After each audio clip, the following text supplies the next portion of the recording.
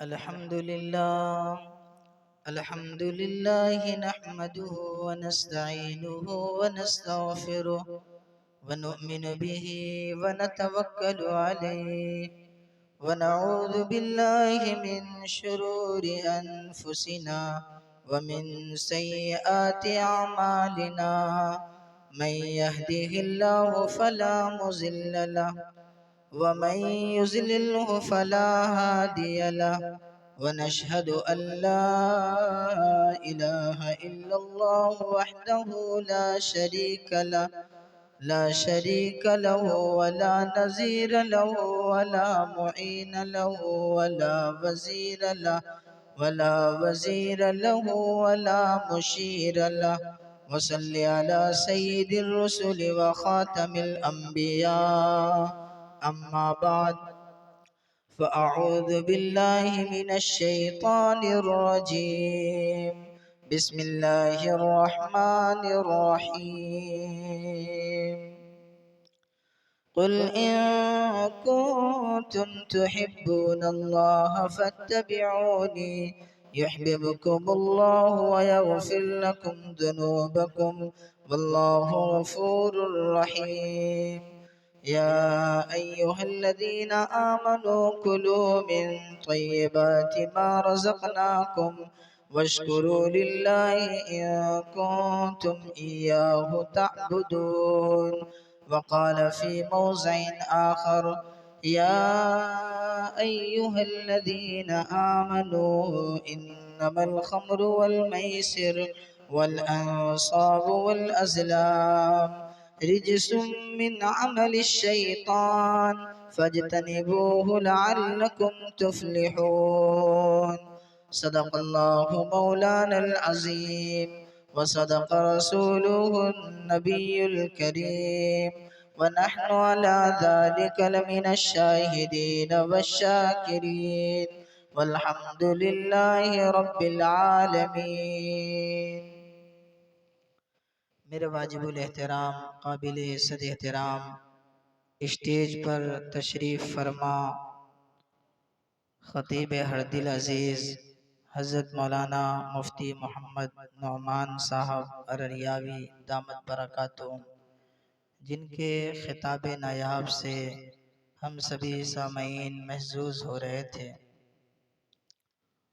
दुआ कीजिए अल्लाह रब्बुल इज़्ज़त से अल्लाह ताला हम तमाम के बैठने को कबूल फरमाए।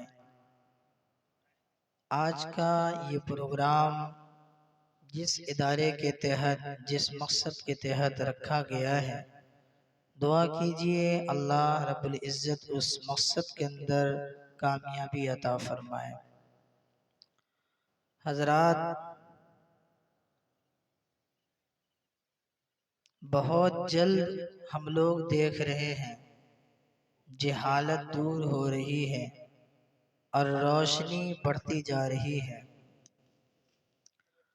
मदारिस का जब क़याम अमल में आता है तो उसकी वजह से जहालत दूर होती है और रोशनी आने लगती है।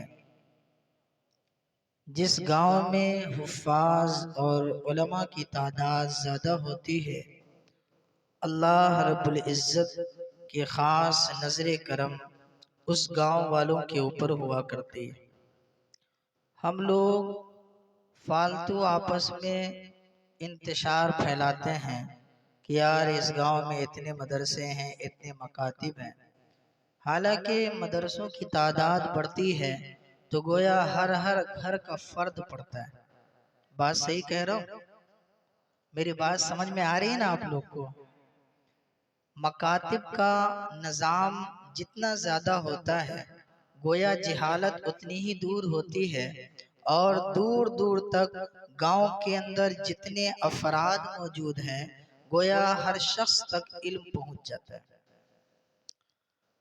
अभी हमारे हज़रत ने मुख्तलिफ ज़ाविये से आप लोगों के सामने अपनी बातें रखी। महसूस होता है कि वाक़तन हमारे मुआशरे में, हमारी सोसाइटी में बहुत सारी कमी है, बहुत सारी ख़राबी है जिसको दूर होना चाहिए। बोलिए ऐसा महसूस होता है कि नहीं? लेकिन हम लोग आपस में एक दूसरे के जहन के अंदर इंतशार पैदा करते हैं, यार कैसे होगा कैसे होगा। ये समझिए कि मकातिब का निज़ाम चलाने वाला सबब बनता है हमारा फर्द, लेकिन हकीकतन अल्लाह रब्बुल इज़्ज़त की मदद होती है, जिसकी वजह से मकातिब भी चला करते हैं और मदारिस भी चला करते हैं। मेरी बातों की तरफ आप हजरात तवज्जो दें। मैं जो कुछ कहना चाह रहा हूँ उन बातों को गौर से सुने। जब इंसान इखलासो लिल्लाहियत के साथ कोई काम करता है तो फिर अल्लाह रब्बुल इज़्ज़त की मदद होती है। किन की मदद होती है? बोलिए ना भाई, आखिरी मरहला है। अगर अभी नहीं बोलिएगा तो कब बोलेंगे? थोड़ा बोल करके सुनेंगे तो लगेगा कि हाँ मजमा मौजूद है। क्योंकि मैं तो दिल ही दिल में यही सोच कर आ रहा था, पता नहीं कोई आदमी होगा या ऐसे ही पिंडाल को सुना करके वापस आना होगा। लेकिन आप लोग मौजूद हैं ना, ये सब लोग सो रहे हैं, मौजूद है ना। एक गांव में एक इमाम साहब बहुत देहात की तरफ इमामत कर रहे थे। वो वहां से अपने घर चले आए। 3 आदमी मस्जिद में आए, जिसमें से 2 बूढ़े थे और एक अधेड़ उम्र यानी बुढ़ापे की तरफ झुके हुए थे। ये दोनों बूढ़े बेचारे खैनी लगाते हुए मस्जिद के अंदर तशरीफ लाए। अब एक दूसरे से कह रहे, इमाम साहब तो है नहीं, नमाज कौन पढ़ाएगा? वो उसको कह रहे तू ही आगे बढ़ जाना। तो दोनों बूढ़े आपस में ये तय किए कि जो अधेड़ उम्र है यानी हमसे थोड़ा जवान है, उनको आगे आज बढ़ाते हैं इमामत के लिए। तवज्जो से बात समाप्त करें। दोनों बूढ़े ने आपस में ये फैसला किया और उस नौजवान को कहा आप आगे बढ़ जाएं, जरा नमाज पढ़ाएं। वो बेचारा आगे बढ़ा और नमाज पढ़ाने लगा। नमाज क्या पढ़ाता है? अल्लाहु अकबर। अब सबसे पहले क्या पढ़ते हैं? सना। सना पढ़ते हैं ना। और सना के बाद बुलंद आवाज से जहरी नमाजों में, जैसे मगरिब है, इशा है, फजर है, तो जहरी नमाजों में क्या पढ़ते हैं? सूरह फातिहा, अल्हम्दुलिल्लाह। वो पढ़ने लगे अल्लाहु अकबर, कुल हुवल्लाहु अहद, अल्लाहु समद। पीछे वाले जो 2 बूढ़े थे वो कहने लगे, अरे बाबा मैं समझ गया तुमको कितनी नमाज पढ़ाने आती, चलो पीछे हटो। तो जो आगे बढ़े थे वो कहने लगे, अरे यार अभी तो मैं आगे बढ़वे किया हूँ और इतना जल्दी तुम मुझे पीछे करना चाह रहे हो। नमाज में ये बातचीत हो रही, ये बातचीत नमाज के दरमियान हो रही। ये बूढ़े ने कहा कि तुमको नमाज पढ़ाने नहीं आती, चलो तुम पीछे हटो। वो भी पीछे हटने को तैयार नहीं, क्योंकि मुसल्ला मिल गया है, इमामत मिल गई, कैसे पीछे हट जावे। वो अपनी जगह पे अड़ा हुआ है। पीछे से एक बूढ़ा गुस्से में आया और पीछे से उनका गिरेबान पकड़ा, कहा चल बे पीछे हट। वो पीछे आ गए और दूसरे बूढ़े जो है वो भी खूब हंसने लगे। आपस में हंसते हंसते नमाज खत्म हो गई। अब बारी आई कि अच्छा ठीक है नमाज कौन पढ़ाएगा? उसको तो पीछे कर दिया गया, अब नमाज कौन पढ़ाएगा? ये बूढ़े कहने लगे नमाज कौन पढ़ाएगा, मैं पढ़ाऊंगा। इनको नमाज पढ़ाने नहीं आती, इतने दिनों से नमाज पढ़ रहा है, इनको नमाज पढ़ने का सलीका नहीं मालूम। उनको पीछे कर दिया। उसके बाद ये बूढ़े मियाँ आगे बढ़ गए। ये कहने लगे अल्लाहु अकबर। वो अपने लहजे में, कोई जरूरी नहीं है कि मारूफ अंदाज में पढ़ा होगा, वो कहने लगे अल्हम्दुलिल्लाहि रब्बिल आलमीन अर्रहमानिर रहीम मालिकि यौमिद्दीन इय्याका नअबुदु व इय्याका नस्तईन इहदिनस सिरातल मुस्तकीम सिरातल लज़ीना अनअमता अलैहिम गैरिल मग़ज़ूबि अलैहिम वलज़्ज़ालिन। सबने कहा आमीन। अब ये करे अल्लाहु अकबर। तो जिनको पीछे खींचा गया था वो कहने लगा मतलब हमको नहीं पढ़ाने आती है, आपको बहुत नमाज पढ़ाने आती है, आगे सूरत नहीं मिलाना होता है। बिल आखिर सबों की नमाज खत्म हो गई, सब हंसने खेलने लगे। मेरे कहने का मतलब ये है कि हम आपस में इख्तिलाफ इंतशार तो फैलाते हैं, हम दुनिया के हर काम को सीखने की कोशिश करते हैं, लेकिन कभी हमारे दिल के अंदर ये जज्बा पैदा नहीं होता कि हम नमाज को भी सीखने की कोशिश करें। बात समझ में आ रही? एक जगह मैं खुद फजर की नमाज में पहुंच गया, दो आदमी पीछे आए, मैंने कहा चचा तकबीर कहिए, तो वो उसको करे हो आप तकबीर कहिए ना, तो वो करे हमको नहीं याद है, आप कहिए ना तकबीर।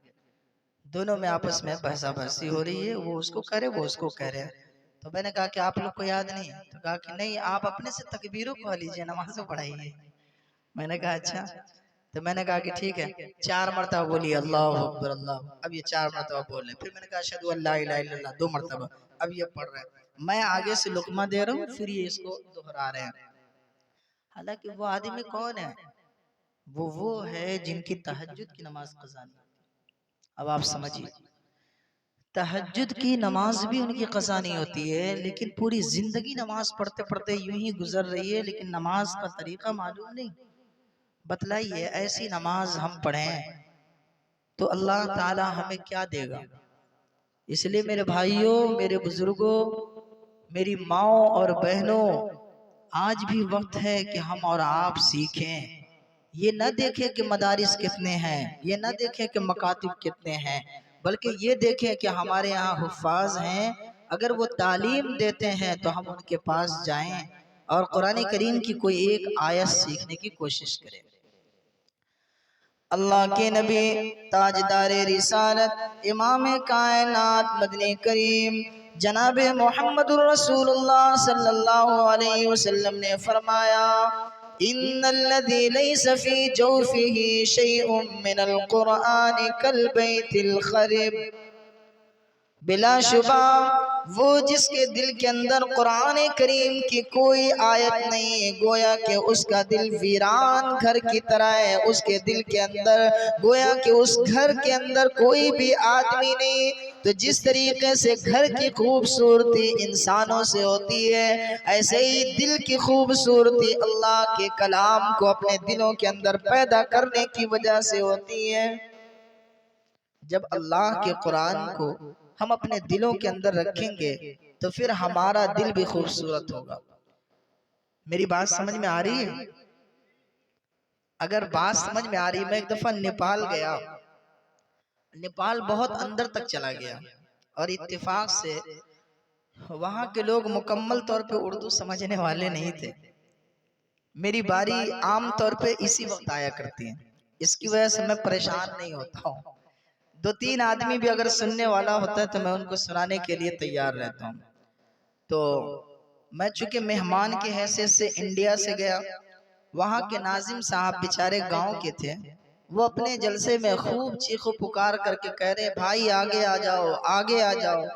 कोई टस से मस होने को तैयार नहीं। वो कितनों कह रहे हैं कि भाई इंडिया से आए हैं, मेहमान हैं, लेकिन फिर भी कोई आने को तैयार नहीं। मेरी बारी आई तो मैंने कहा कि आप लोग उधर टोलियां बना करके बैठे हुए हैं, अल्लाह और उसके रसूल के नाम पर, मेरे नाम पर नहीं कि ये फला आदमी बहुत दूर से आया, नहीं, अल्लाह और उसके रसूल के नाम पर थोड़ा सा कदम आगे बढ़ा लें। और चूंकि मैं अपनी बात नहीं अल्लाह और उसके रसूल की बात करने जा रहा हूँ, लिहाजा आप लोग करीब आ जाए।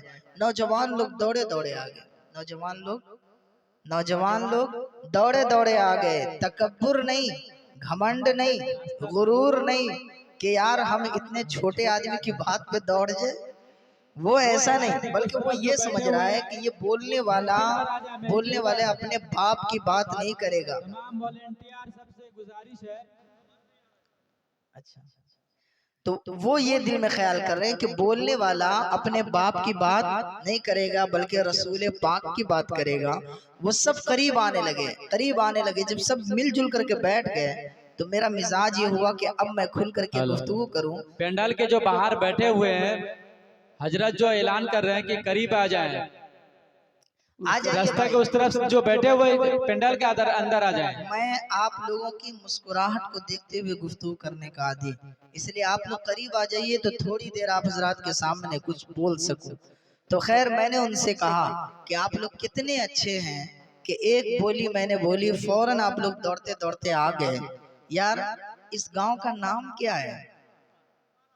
अच्छा, तो मैं नेपाल में बोला कि आप लोग कितने अच्छे हैं कि एक दफा मैंने जुबान दी, फौरन आप लोग दौड़े दौड़े आ गए।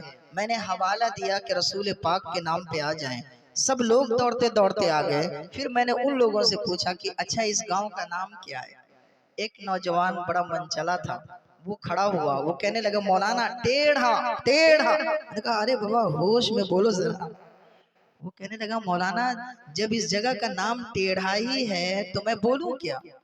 मैंने कहा यार आप लोग तो बड़े सीधे साधे, फिर गांव का नाम टेढ़ा कैसे पड़ गया? तो वो कहने लगा कि मौलाना पता नहीं बाप दादा ने कौन सी गलती की कि गांव का नाम ही टेढ़ा पड़ गया। तो मेरे बुजुर्गों, आप लोग उलमारा के रहने वाले हैं और अल्लाह रब्बुल इज्जत का शुक्र अदा करें कि अल्लाह ताला ने ईमान की दौलत से नवाजा। बोलिए सुभान अल्लाह। अल्लाह ताला ने हमें ईमान की दौलत से नवाजा। इसी पर बस नहीं, अल्लाह ताला ने हमें उस नबी का उम्मती बनाया जो सारे नबियों का नबी है। हमें उस नबी का उम्मती बनाया जो शाफ़े महशर है। हमें उस नबी का उम्मती बनाया जो साक़ी कौसर है। हमें उस नबी का उम्मती बनाया जो खुद कहता है कि मैं जन्नत में सबसे पहले दरवाज़ा खुलवाऊंगा। हमें उस नबी का उम्मती बनाया जो खुद कहता है कि मैं सबसे पहले अल्लाह की अदालत में अपने गुनहगार उम्मत की शफाअत करूंगा।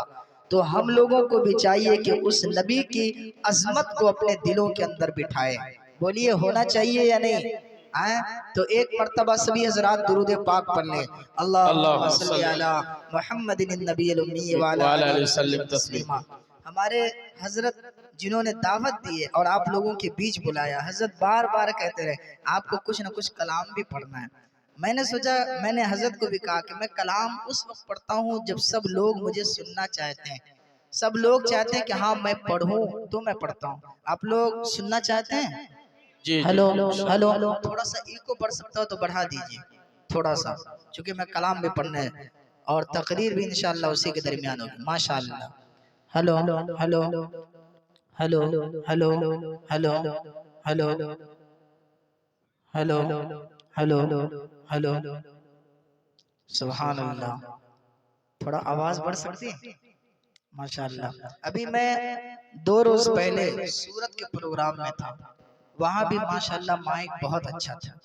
तो माइक अच्छा होता है तो वाकईतन बोलने वाले को जी चाहता है कि और बोले। तो आइए बारगाह रिसालत माब में फिर से दुरूद पाक पढ़ ले। अल्लाहुम्मा सल्ली अला मुहम्मदिन नबील उम्मी व अला आलिहि वसल्लम तस्लीमा। हुजूर अकरम अलैहिस्सलाम की मोहब्बत से सरशार हो। जरा गौर करें मेरे आका अलैहिस्सलाम को अल्लाह ताला ने कितना ऊंचा रुतबा और मकाम अता फरमाया। शायर कहता है मुस्तफा शाने रहमत पे खरबो सलाम। बोलिए सुभान अल्लाह सुभान अल्लाह। मुस्तफा शाने रहमत पे खरबो सलाम। उनके नूरानी सूरत पे खरबो सलाम। उनके पाकीज़ा सीरत पे खरबो सलाम। हर सहाबी रसूल जब हुजूर का चेहरे अनवर देखते हैं तो वो कहते हैं या रसूल अल्लाह आपके चेहरे को मैं सूरज कहूँ, मैं चांद कहूँ, क्या कहूँ?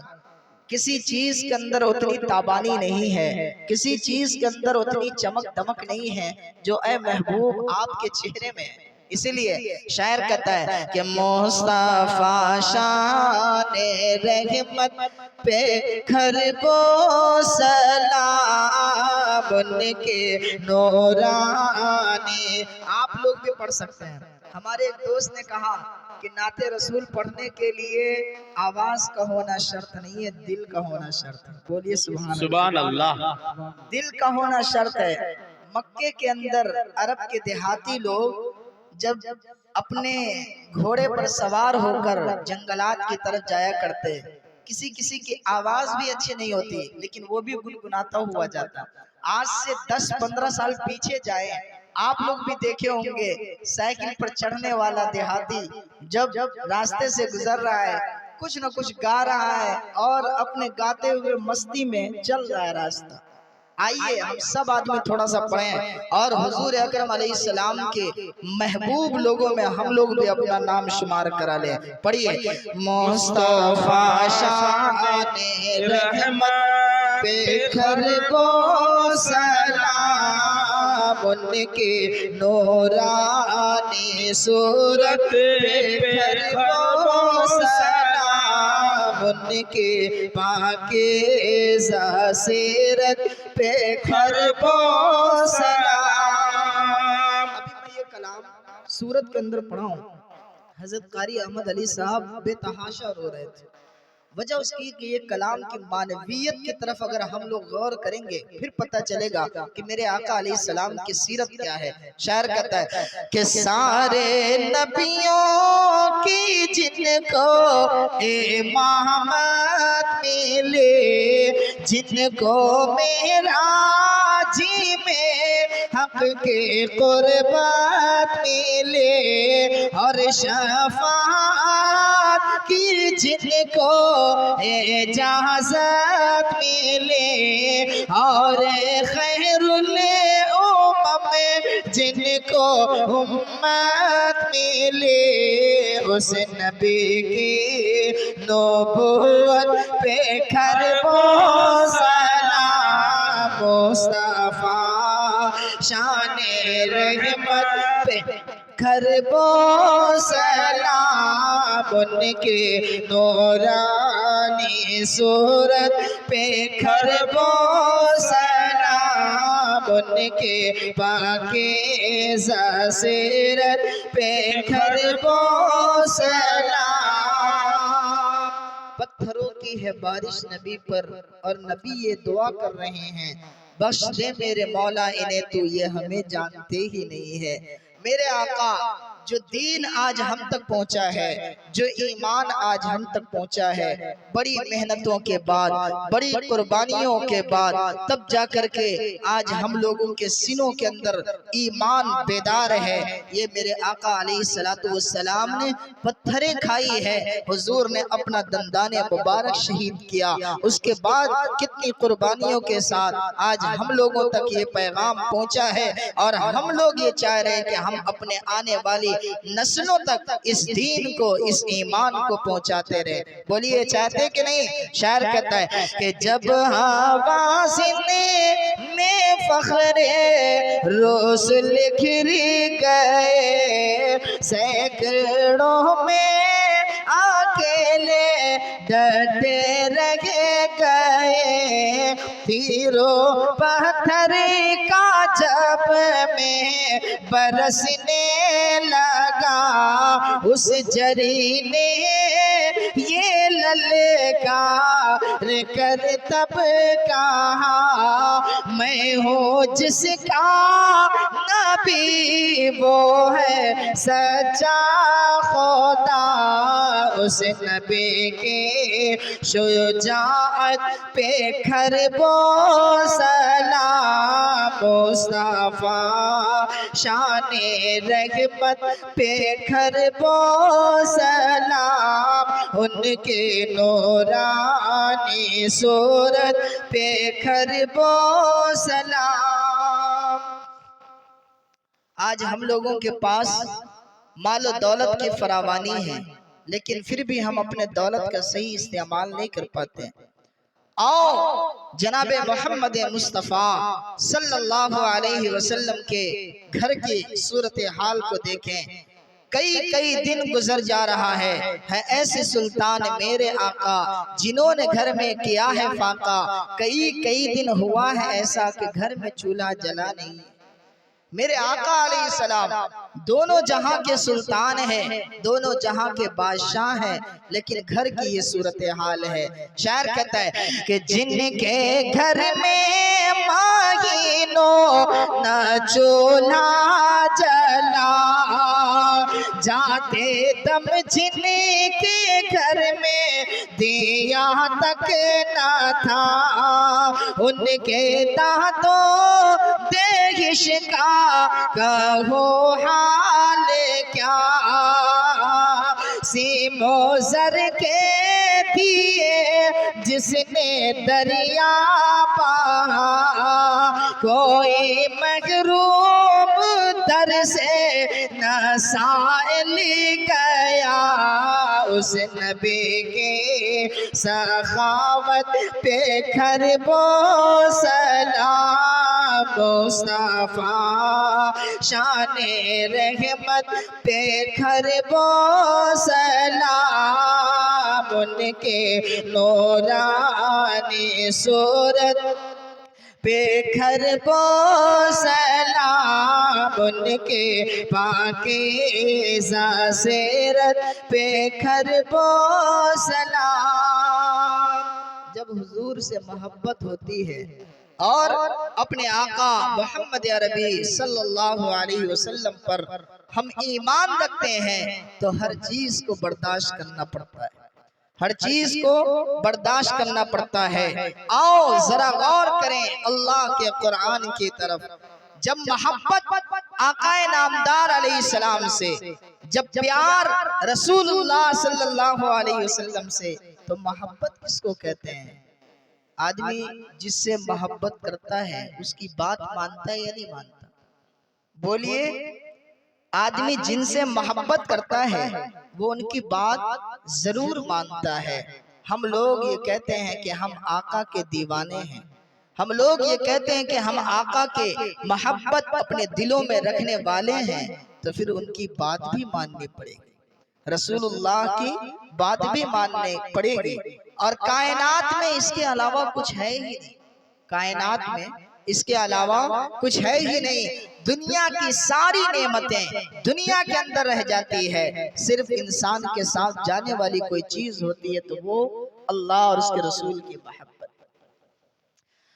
कुरान करीम के अंदर खालिक़े कायनात का फरमान है, कुल इन कुंतुम तुहिब्बूनल्लाह फत्तबिऊनी युहिब्बुकुमुल्लाह व यग़फिर लकुम दुनूबकुम वल्लाहु गफूरुर रहीम। अल्लाह ताला ने फरमाया, ऐ लोगों, अगर तुम अल्लाह ताला से मोहब्बत करना चाहते हो, अगर तुम ये चाहते हो कि अल्लाह के सामने सुरखरू हो जाओ, अल्लाह के सामने कामयाब हो जाओ, अल्लाह ताला तेरे ऊपर नजर रहमत फरमाए, तो फिर उसके लिए फत्तबिऊनी, मेरे महबूब की इत्तिबा करो, युहिब्बुकुमुल्लाहु व यग़फिर लकुम ज़ुनूबकुम। अल्लाह ताला तुमसे मोहब्बत करेगा और तुम्हारे गुनाहों को बख्श देगा। आओ ताजदार रिसालत इमाम कायनात मदनी करीम जनाब मोहम्मदुर रसूलुल्लाह सल्लल्लाहु अलैहि वसल्लम के फरमान को देखें। आकाए मदनी अलैहिस्सलाम ने फरमाया, ला युमिनु अहदुकुम हत्ता अकूना अहब्बा इलैहि मिन वालिदिही व वलदिही वन्नासि अजमईन। ऐ लोगों, तुम में से कोई इंसान कामिल ईमान वाला उस वक्त तक नहीं हो सकता जब तक कि उसके दिल के अंदर मेरी मोहब्बत सारी की सारी कायनात से ज्यादा ना हो जाए, अपने माँ बाप से ज्यादा, आलो औलाद से ज्यादा, अपने रिश्तेदार से ज्यादा, अपने खानदान से ज्यादा, खराबतदारों से ज्यादा, हत्ता ये कि सारी कायनात से ज्यादा मैं महबूब न बन जाऊं। उस वक्त तुम में से कोई साहब ईमान कामिल ईमान वाला नहीं हो सकता। ये कौन फरमा रहे? हमारे और आपके आका मोहम्मद अरबी सल्लल्लाहु अलैहि वसल्लम। और मैं ये समझता हूँ कि सारी चीजें हुजूर की मोहब्बत के बगैर ये हो ही नहीं सकती। इस्लाम के एक एक पैगाम पर अमल करना होगा तो उसी वक्त अमल हो सकता है जब हुजूर की अजमत हमारे दिलों के अंदर। बात सही कह रहा हूँ? आदमी मदरसे के अंदर अगर पढ़ने जाएगा, जब रसूलुल्लाह से प्यार नहीं तो पढ़ने जाएगा, और वो इल्म क्या उसको कोई फायदा देगा? आदमी हलाल और हराम के दरमियान तमीज करेगा, लेकिन हुजूर की अजमत दिल में नहीं है, वो इंसान फिर भी कामिल ईमान वाला नहीं हो सकता। अगर वो अच्छा काम करता है दुनिया में उसका बदला उसको मिलेगा, लेकिन कायनात के बाद, दुनिया के बाद अल्लाह की नजर में महबूब बनने के लिए तरीक़े मुस्तफ़ा को जिंदगी में बसाना हो। वो क्या मैं अपनी तरफ से कह रहा हूँ या अपने बाप की तरफ से? नहीं, ये खुद अल्लाह रब्बुल इज्जत ने कुरान करीम के अंदर ऐसा उसूल बयान फरमाया। कुरान करीम के अंदर खालिक़ कायनात ने इरशाद फरमाया, लक़द कान लकुम फी रसूलिल्लाहि उस्वतुन हसना। अल्लाह के रसूल की जिंदगी तुम्हारे लिए उस्वा और नमूना है। अरे क्यों ना हम उनकी बात माने, क्यों ना अपने नबी अलैहिस्सलाम की बात माने। कोई भी किसी से मोहब्बत करता है उसकी बात जरूर मानता है। बोलिए बात सही है ना? तो हम दुनिया की मोहब्बत अपने दिलों के अंदर पैदा करें, उससे बेहतर है कि हुजूर की अजमत अपने दिलों में पैदा करें। अच्छा मेरी बात आप तवज्जो से सुने। जब मोहब्बत, जब इंसान के पास दिल होता है, आपके पास भी दिल है, दिल हमारे पास भी है, जब दिल है तो उस दिल के अंदर किसी न किसी की मोहब्बत जरूर होगी, किसी न किसी की तस्वीर जरूर होगी। जब दिल है और किसी न किसी की मोहब्बत हमारे दिलों में है तो फिर उस मोहब्बत का दाइया और जज्बा ये होगा कि आप उसकी वजह से आंखों की नींद भी खत्म होगी। बात समझ में आ रही?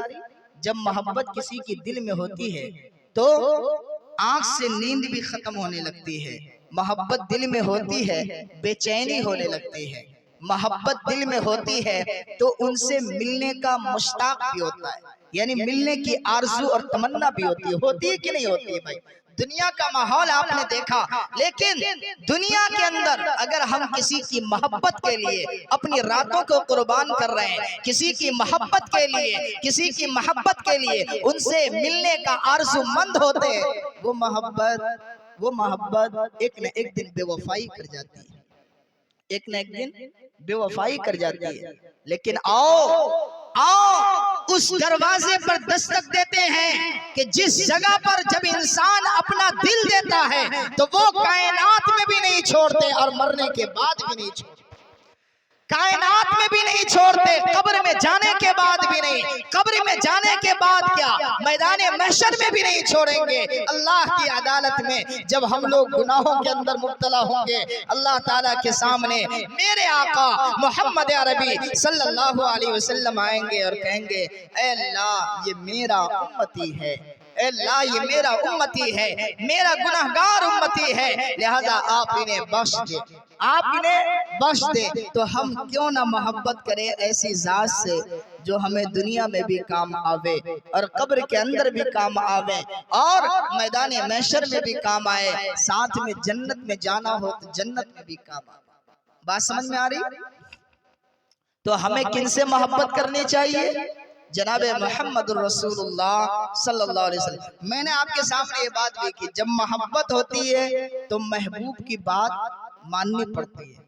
अगर कोई आदमी ये कहे कि मुझे आपसे मोहब्बत है लेकिन आपकी बात नहीं मानेंगे, तो क्या वो इनसे मोहब्बत करेगा? बोलिए, वो इनसे मोहब्बत कर पाएगा? नहीं। और मोहब्बत के अंदर सिर्फ एक बात नहीं कि हम कह दें कि हाँ हमें आपसे बड़ी मोहब्बत, हमें आपसे बड़ी मोहब्बत है, और हाल ये है कि हम महबूब की बात नहीं मानते। आका अलैहिस्सलाम से अगर हमारे दिल में मोहब्बत है, अज़मत है, तो उनकी हर हर बात को मानना पड़ेगा, ये देखना पड़ेगा मेरे रसूल का फरमान क्या है, आका अलैहिस्सलाम ने हमें क्या बतलाया है। जिंदगी गुजारनी है, तुम्हारे पास अगर इल्म है, जिंदगी गुजारनी है, तुम्हारे पास कुरान का इल्म है, जिंदगी गुजारनी है, तुम्हारे पास हदीस का इल्म है, तो फिर दुनिया की दौलत न मिले चलेगा, लेकिन अल्लाह की मार्फत जरूर हासिल। तो हमें और क्या चाहिए भाई? अल्लाह की मार्फत मिल जाए तो दुनिया के अंदर कोई और चीज की इंसान ख्वाहिश नहीं करता। मेरे बुजुर्गों, हमें दुनिया में महसूस नहीं होता, लेकिन जब आंख बंद होती है, आप जरा उन लोगों से पूछें जो करोड़ों का मालिक है, लेकिन जब उनकी आंख बंद होने का वक्त आता है, बीमारियों के अंदर मुब्तला होता है, साहब ईमान है, उसका ईमान उन्हें झंझोड़ता है कि देखो तुमने अपनी सारी जिंदगी यूं ही गुजार दी, रसूलुल्लाह से तूने मोहब्बत नहीं की, अल्लाह की अजमत दिल में नहीं बसाया, आज तेरा वक्त आखिरी वक्त आ रहा है, तूने हराम माल कमा कमा कर बिल्डिंगें खड़ी कर ली, हराम माल कमा कमा कर मालो दौलत तो जमा कर लिया, लेकिन वो दौलत क्या कब्र के अंदर जा सकेगा? क्या वो दौलत तुम्हारे जेब में जो एक पैसा है वो पैसा भी क्या कब्र के अंदर जा सकेगा? अल्लाह की अदालत में क्या लेकर जाओगे? मेरे बुजुर्गों, सिर्फ और सिर्फ ये जो हमारा और आपका ईमान बन जाए, सिर्फ हमारा और आपका ईमान। हुजूर के सहाबा कैसे थे? उनके दिल में हुजूर की अजमत थी, तो वो किस तरीके से हुजूर की एक एक सुन्नत पर अमल करने का जज्बा पैदा करते। आप उकता तो नहीं रहे भाई? उकताहट तो नहीं महसूस हो रही है? सुन रहे हैं? कुछ बातें कर लो।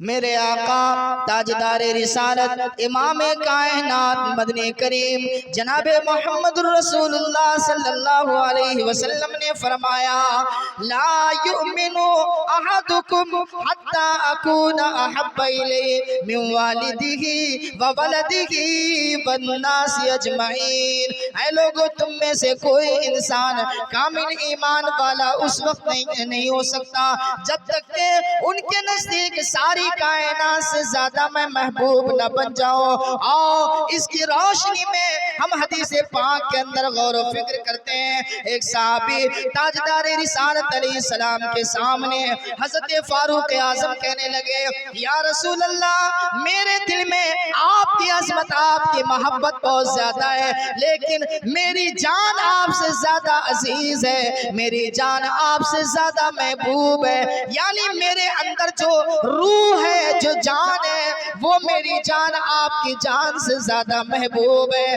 अल्लाह के पैगंबर ने फरमाया, ऐ फारूक आजम, तुम अभी तक कामिल ईमान वाले नहीं हो। हजरत उमर ने अपना सर नीचे किया और थोड़ी देर के बाद सर उठाया और कहने लगे, या रसूल अल्लाह, मेरी जान से भी ज्यादा आपकी जान महबूब है, मेरी जान से भी ज्यादा मैं सारी चीजों को कुर्बान कर सकता हूँ, लेकिन आपकी मोहब्बत को अपने दिल से नहीं हटा सकता। आपकी मोहब्बत मैं अपने दिल से नहीं हटा सकता। जरा गौर करें, आज हम और आपकी ये सूरत हाल है कि हम अल्लाह और उसके रसूल की मोहब्बत से सरशार होने का दावा करते हैं, कलमे रसूल पढ़ते हैं, लेकिन नमाज के लिए वक्त की कुर्बानी देना मुश्किल होता है। मदरसा चलाने के लिए, अपने बच्चों को दीनी तालीम से आरास्ता पैरास्ता करने के लिए, अल्लाह और उसके रसूल की मार्फत सिखलाने के लिए हम अपने पैसों की कुर्बानी नहीं कर पाते हैं। हम अपने घर बार के लिए सब कुछ करते हैं, लेकिन हम रसूलुल्लाह की जो जगह है, जिसको मदरसा कहा जाता है, हम उसके लिए कुछ नहीं कर पाते। मेरे बुजुर्गों, हम चंद रोटी खाएं, लेकिन उसी रोटी में अपने मदरसे का भी हक समझें, और चंद पैसे कमाएं, उन पैसों में ये समझें कि हम इसमें सिर्फ अपने आप के हकदार नहीं हैं, बल्कि वो जो अल्लाह और उसके रसूल की तालीम हासिल करते हैं वो भी उसके हकदार हैं। अच्छा, लेकिन अगर हम हर महीने कुछ ना कुछ पैसे देंगे मदरसे में, तो क्या फकीर नहीं हो जाएंगे? बोलिए, फकीर नहीं हो जाएंगे? आज हम लोगों के दिल में ये बात आती है कि यार अगर खर्च करेंगे तो कहीं घट तो नहीं जाएगा। आओ मैं उस धरती पर लेकर के चल रहा हूं जिन्हें दारुल उलूम देवबंद कहा जाता है।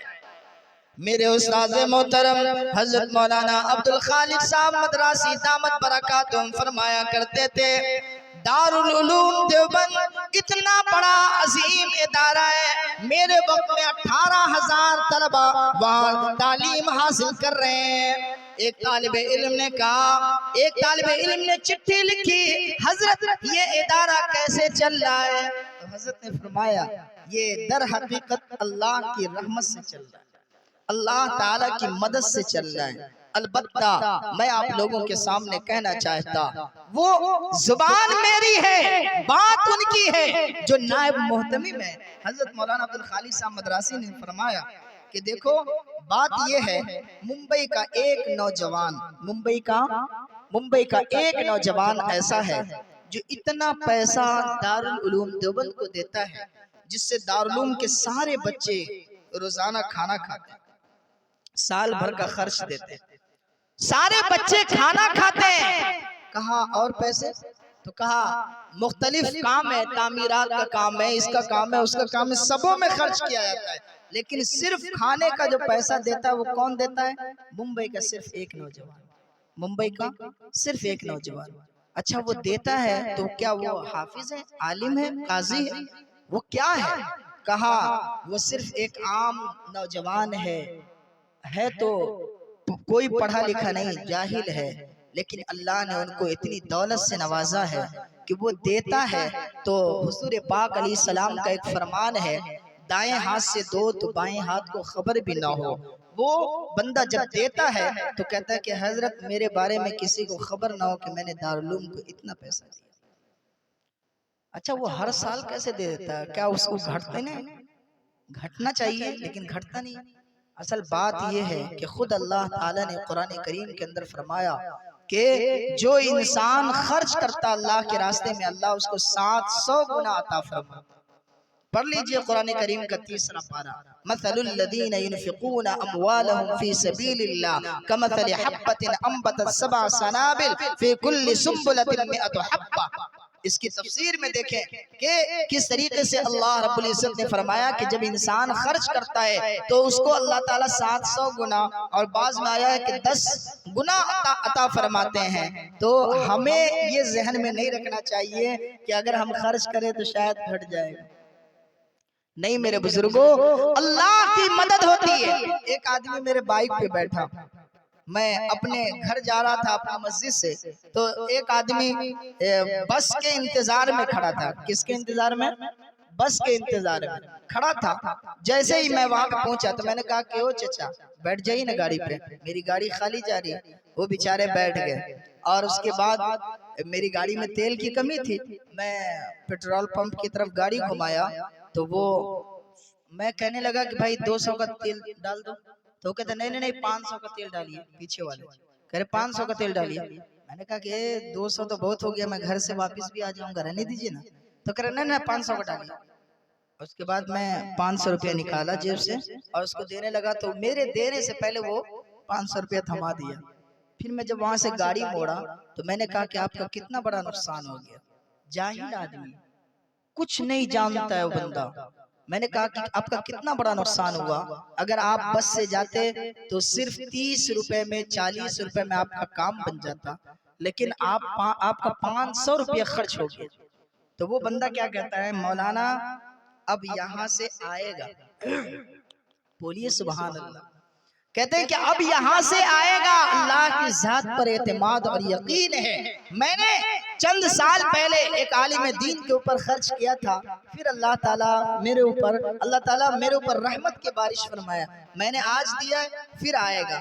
उसके बाद जब मैं अपने घर की तरफ गाड़ी रोका, वो कुछ पहले उतरना चाहा तो मैं गाड़ी रोका, वो उतर करके मुझे लगा कि कुछ खड़खड़ा रहा है, वो निकाला और उसके बाद कहा ठीक है हज़रत चलिए। मैंने कहा ये क्या है, छोड़िए ना। वो कह रहे नहीं नहीं आप रखिए ना। तो लाजे शर्मे उसको देखूं क्या कि उसमें है क्या। मैं बोला कि ना ना छोड़ दीजिए, तो वो मेरे जेब में डाल दिया। मैं आगे बढ़ करके जब उसमें देखता हूँ तो 2000 रुपया। फिर मैंने कहा यार ये बंदा कैसा है। फिर वापस जब मैं उस जगह पे आया अपने यहाँ नमाज पढ़ाने के लिए, फिर वो मुझे लेकर के कह रहे कि चलिए ना नाश्ता करते हैं। लॉकडाउन का जमाना जहाँ पे पैसों की मारा मारी, और उस वक्त में वो कह रहे चलिए ना नाश्ता कराते हैं। नाश्ता कराए, मैंने कहा कि यार आपका कितना खर्च हो गया, आप ऐसे ही दे दिया कर। तो कहने लगे कि मौलाना आप ही लोग तो बयान करते हैं कि खर्च करने से अल्लाह ताला मजीद अता फरमाते हैं, और हमने भी देखा है बहुत सारे ऐसे लोग।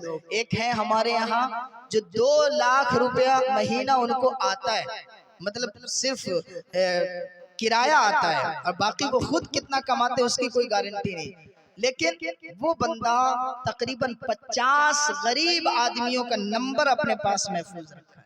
50 गरीब आदमी जो बेसहारा है।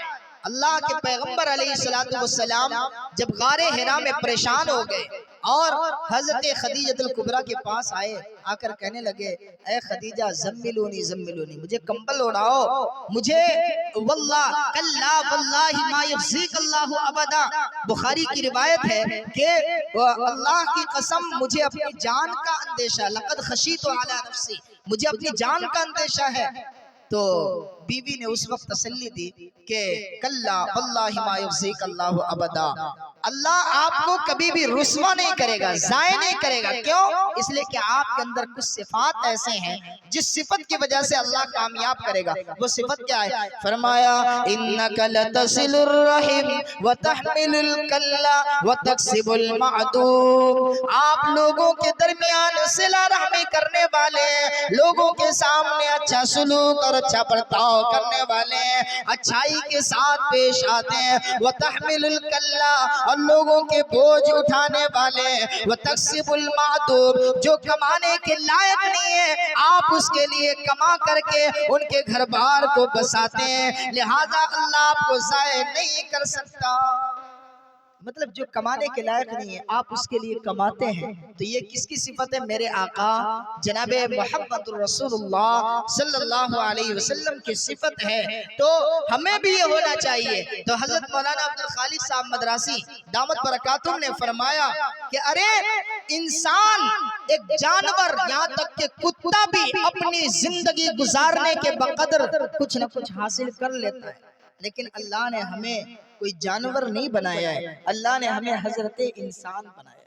अल्लाह ने हमें हजरत इंसान बनाया है, लिहाजा होना ये चाहिए कि हम अपने लिए भी कमाएं और ये देखें कि हमारे अजीजों अकारिब में कौन गरीब है, कौन बेवा है, कौन यतीम है, कौन बेसहारा है, और किस जगह पर हमें खर्च करना चाहिए, हमें उस जगह पर खर्च करते रहना चाहिए। हर महीना हम 7,000 रुपया महीना कमा रहे हैं, 8,000 कमा रहे हैं, हर महीना हम अपनी कमाई में से कुछ न कुछ सदका करने की कोशिश करें, सदका करने की कोशिश करें। देखिए आपके माल में बढ़ोतरी होती है या नहीं होती। और आइंदा फिर जब कभी आने का इत्तेफाक होगा फिर आप लोग बतलाइएगा कि आप लोगों ने हर महीना, कोई जरूरी नहीं है कि आप बहुत ज्यादा सदका करें, जितना आप कमा रहे हैं उसी कमाई में से थोड़ा थोड़ा सदका करें। देखिएगा आइंदा जब खुदा न खास्ता अगर आना होगा तो आप कहेंगे कि मौलाना आपने जो उसूल बतलाया ना, मैं उसके मुताबिक काम किया, अल्लाह का फजल करम है, अल्लाह ताला ने हमें इतना कामयाब फरमा दिया। अच्छा, कभी कभी ऐसा होता है कि आपने अभी खर्च किया लेकिन उसका बदला आपको अभी नहीं मिला, तो हम ये सोचते हैं यार, कहते हैं कि दौलत अगर खर्च किया जाए तो उसमें बढ़ोतरी होती है। कहाँ बढ़ोतरी होती है? अच्छा यहाँ नहीं तो कम से कम आखिरत में तो बढ़ोतरी होगी, यहाँ भी होगी। मिसाल के तौर पर आपके अंदर सखावत का जज्बा है और हुजूर फरमा रहे अस्सखी करीबुम मिन अल्लाह, जो सखी इंसान होता है वो अल्लाह के करीब होता है, सखी इंसान होता है वो लोगों के करीब होता है, सखी इंसान जन्नत के करीब होता है, सखी इंसान जहन्नम के दूर होता है। ये हुजूर का फरमान है। और बखील के बारे में फरमाया कि बखील इंसान अल्लाह से दूर, लोगों से दूर, जन्नत से दूर और जहन्नम के करीब होता है। बखील आदमी जहन्नम के। बखीलों की तो कहानी आप लोग को मालूम ही होगा। एक आदमी बहुत बड़ा मालदार और वो जा रहा है मस्जिद की तरफ नमाज पढ़ने। अचानक दिल में ख्याल आया कि यार मैंने चिराग बुझाया नहीं, फिर तो बिल बहुत ज्यादा आ जाएगा। आधे रास्ते पर से अब वापिस हो रहा है तो अपने पाँव से चप्पल उतार लेता है, पाँव से चप्पल उतार लेता है और उसके बाद अपने घर की तरफ जा रहा है। घर पे गया तो खादिमा को आवाज दिया, नौकरानी बाहर आई, कहा मुझे वो चिराग बुझाना था, मैंने नहीं बुझाया, बिल ज्यादा आएगा। तो वो नौकरानी कहने लगी कि फालतू आप अपने चप्पल को क्यों घिसेट रहे हैं, आपका चप्पल खराब हो जाएगा, फिर नया चप्पल लेना पड़ जाएगा। अरे मैंने तो चिराग उसी वक्त बुझा दिया था। तो अब ये बखील साहब क्या फरमा रहे हैं, कौन कह दिया कि मैंने चप्पल को घिसेट रहा। मैं वहां से जब वापस आया तो अपना चप्पल हाथ में ले लिया कि कहीं चप्पल घिस ना जाए, चप्पल कहीं घिस ना जाए। अल्लाह के प्यारे हबीब ने फरमाया कि बखील इंसान जन्नत से भी दूर होता है। तो हम क्या बनना चाहेंगे भाई, सखी बनेंगे या बखील बनेंगे? अगर सखी बनेंगे तो हमारा ईमान अल्लाह और उसके रसूल पर है। आओ जरा गौर करो, जनाबे मोहम्मदुर रसूलुल्लाह कितने सखी इंसान थे। मैंने वो शेर में आपके सामने सुनाया कि हुजूर के घर की कैफियत कुछ और है। एक मर्तबा अचानक एक मेहमान आ गए। वो मेहमान कहने लगा मैं भूखा हूँ, मुझे खाना खिलाएं। हुजूर ने एक साहबी को भेजा कि जाओ मेरे घर की का जायजा लो, मेरे घर पे क्या है। पता चला मा माना इल्लल मा, पानी के अलावा कुछ भी मौजूद नहीं है। आका अलैहिस्सलाम ने सहाबा के दरमियान पूछा कि क्या तुम में से कोई है जो मेरे मेहमान की ज़ियाफत करे। एक साहबी कहने लगे या रसूलल्लाह मैं हूँ ना, या रसूलल्लाह मैं हूं ना। वो गए और अपने घर पे बीवी से कहने लगे कि चिराग बुझा देना और मैं खाने का लुकमा अपने मुंह के करीब करूंगा फिर नीचे कर दूंगा, ताकि सामने वाले को पता चले कि मैं खा रहा हूं लेकिन वो हकीकतन खाना नहीं हो रहा है।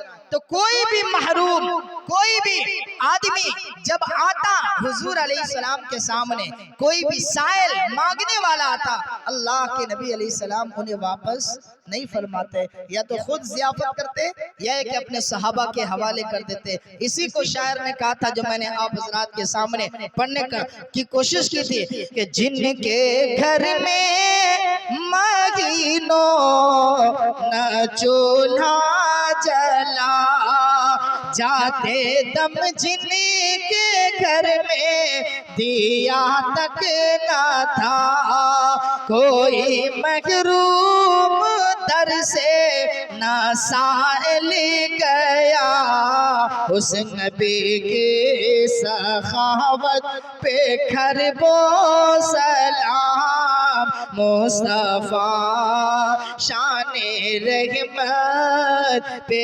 खरबो सलाम। एक साहबी हुजूर अकरम अलैहिस्सलातु वस्सलाम के पास आए और आका कहने लगे या रसूल अल्लाह, दुनिया की हालत तो ये है कि जब मैं अपने घर के अंदर होता हूँ और आपकी मोहब्बत जोश मारती है तो मैं आपके करीब आता हूँ, तो आपके चेहरे अनवर को जब देख लेता हूँ तो मुझे सुकून मिलता है। लेकिन जन्नत में आप तो नबियों के दरमियान होंगे, जन्नत के आला दर्जों पर होंगे, और उस वक्त हमें जन्नत मिले न मिले कोई ठिकाना नहीं। और अगर जन्नत मिल भी गया तो मेरा दर्जा कुछ और होगा, आपका दर्जा कुछ और होगा। जब मैं जन्नत में आपके चेहरे अनवर को न देख सकूंगा तो फिर वो जन्नत मेरे लिए जन्नत ही क्या होगी। जरा गौर करें आका अलैहिस्सलाम का क्या फरमान होगा। मेरे आका ताजदारे रिसालत इमाम कायनात मदनी करीम जनाबे मोहम्मदुर रसूलुल्लाह सब कहिए सल्लल्लाहु अलैहि वसल्लम ने ऐसे वक्त में सहाबी रसूल का जवाब अता फरमाया। अल्लाह के नबी अलैहिस्सलाम से हजरत जिब्रील ने आकर के कहा या रसूल अल्लाह, आप अपने इस दीवाने को ये जवाब अता फरमाए। हुजूर अकरम अलैहिस्सलाम ने फरमाया अल मरउ मा मन अहब्बा, आदमी का हश्र उस शख्स के साथ होगा जो जिस इंसान से मोहब्बत करता होगा। ऐ लोगों, अगर दुनिया के अंदर हमने अपनी सोहबत अच्छी की, सोहबत साले तो साले कुनद, अगर नेक लोगों की सोहबत हमने दुनिया में इख्तियार की तो हमें नेकी का जज्बा पैदा होगा और अल्लाह ताला मैदान क़यामत में हमें उन्हीं नेक लोगों के साथ उठाएगा। ये हुजूर अकरम अलैहिस्सलाम ने फरमाया कि दुनिया में जो इंसान जिससे मोहब्बत करता होगा अल्लाह ताला उसको उनके साथ उठाएगा। अब सहाबा कहते हैं कि ईद के दिन से भी ज्यादा खुशी होने लगी। क्यों? इसलिए कि मेरे दिल में हुजूर की अजमत, मेरे दिल में हुजूर की मोहब्बत है। लिहाजा जब हुजूर की मोहब्बत हमारे दिल के अंदर है तो फिर क्या टेंशन। आका अलैहिस्सलातु वस्सलाम आगे आगे होंगे, मैं हुजूर के साथ साथ होऊंगा। ये है रसूलुल्लाह की इत्तिबा, ये है हुजूर अकरम अलैहिस्सलाम की सुन्नत से मोहब्बत। आका नामदार अलैहिस्सलातु वस्सलाम ने फरमाया, मन अहब्ब सुन्नती कान मई फिल जन्ना, जिसने मेरी सुन्नत को इख्तियार किया जन्नत के अंदर वो मेरे साथ होगा। मेरी सुन्नत क्या है? यानी हुजूर अलैहिस्सलाम का तरीका, हुजूर अलैहिस्सलाम का तरीका। अल्लाह के नबी फरमा रहे हैं कि जिसने मेरी सुन्नत को इख्तियार किया वो जन्नत के अंदर मेरे साथ होगा। सहाबा का अजीब अंदाज होता था। मेरी बात सुन रहे या नींद आ रही? सुन रहे भाई? सहाबा का अजीब अंदाज होता था। आखिरी मरहला है लेकिन दिल के अंदर ये बात आती है कि कैसे भी रसूलुल्लाह सल्लल्लाहु अलैहि वसल्लम का चेहरे अनवर देखते रहे और दुनिया से अपनी आखिरी सांस खत्म कर ले। अल्लाह के नबी अलैहिस्सलातु वस्सलाम की मोहब्बत सहाबे किराम के दिलों के अंदर क्या है? ऐ लोगों, आज जब हमारे और आपके सामने पैगंबर इस्लाम अलैहिस्सलातु वस्सलाम की बात आती है लेकिन फिर भी हम और आप मानने के लिए तैयार नहीं होते। आओ जरा गौर करें, सहाबे किराम के दिल के अंदर हुजूर की बात मानने का जज्बा किस कदर ज्यादा था। अल्लाह के नबी अलैहिस्सलाम मस्जिद नबवी में तशरीफ फरमाए, सहाबे किराम इधर उधर है। अल्लाह के पैगंबर ने फरमाया, ओ सहाबा बैठ जाओ। सारे के सारे सहाबा बैठ गए। नबी अकरम अलैहिस्सलाम अपनी उस जगह से उठे और उठ करके मस्जिद की तरफ आए, मस्जिद की दहलीज की तरफ आए तो देखा एक सहाबी है जिनका एक पाँव मस्जिद की दहलीज के ऊपर है और एक पाँव मस्जिद की दहलीज के नीचे, वो उसी जगह पे बैठा। हुजूर ने फरमाया, ऐ अबू दरदा, आखिर ये क्या माजरा है? मैंने तो मस्जिद वालों से कहा था कि मस्जिद में बैठ जाओ, लेकिन आपकी सूरत हाल ये कि मस्जिद के जीने के ऊपर एक पाँव पर और एक पाँव नीचे करके इसी जगह पर बैठ गए।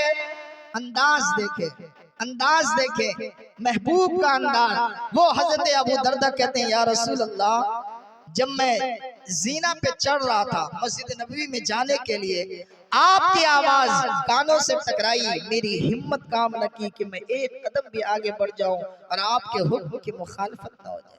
बोलिए सुभान अल्लाह, क्या अंदाज है। इसी को शायर ने कहा कि दर्दमंदों से न पूछो कि कहाँ बैठ गए, दर्दमंदों से न पूछो कि कहाँ बैठ गए, तेरी महफिल में गनीमत है जहाँ बैठ गए।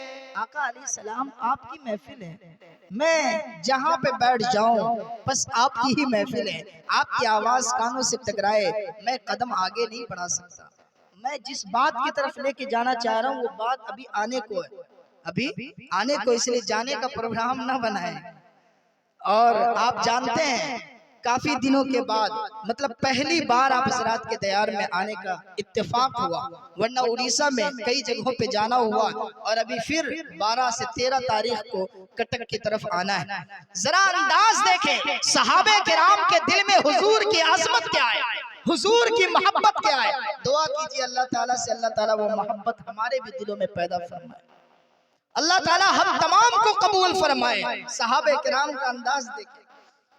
बुखारी शरीफ की रिवायत है, हजरत औकाशा रदियल्लाहु ताला अन्हु, अल्लाह के पैगंबर अलैहिस्सलाम मरजुल वफात में आखिरी मरहला चल रहा है, बुखार की शिद्दत है, पैगंबर परेशान है।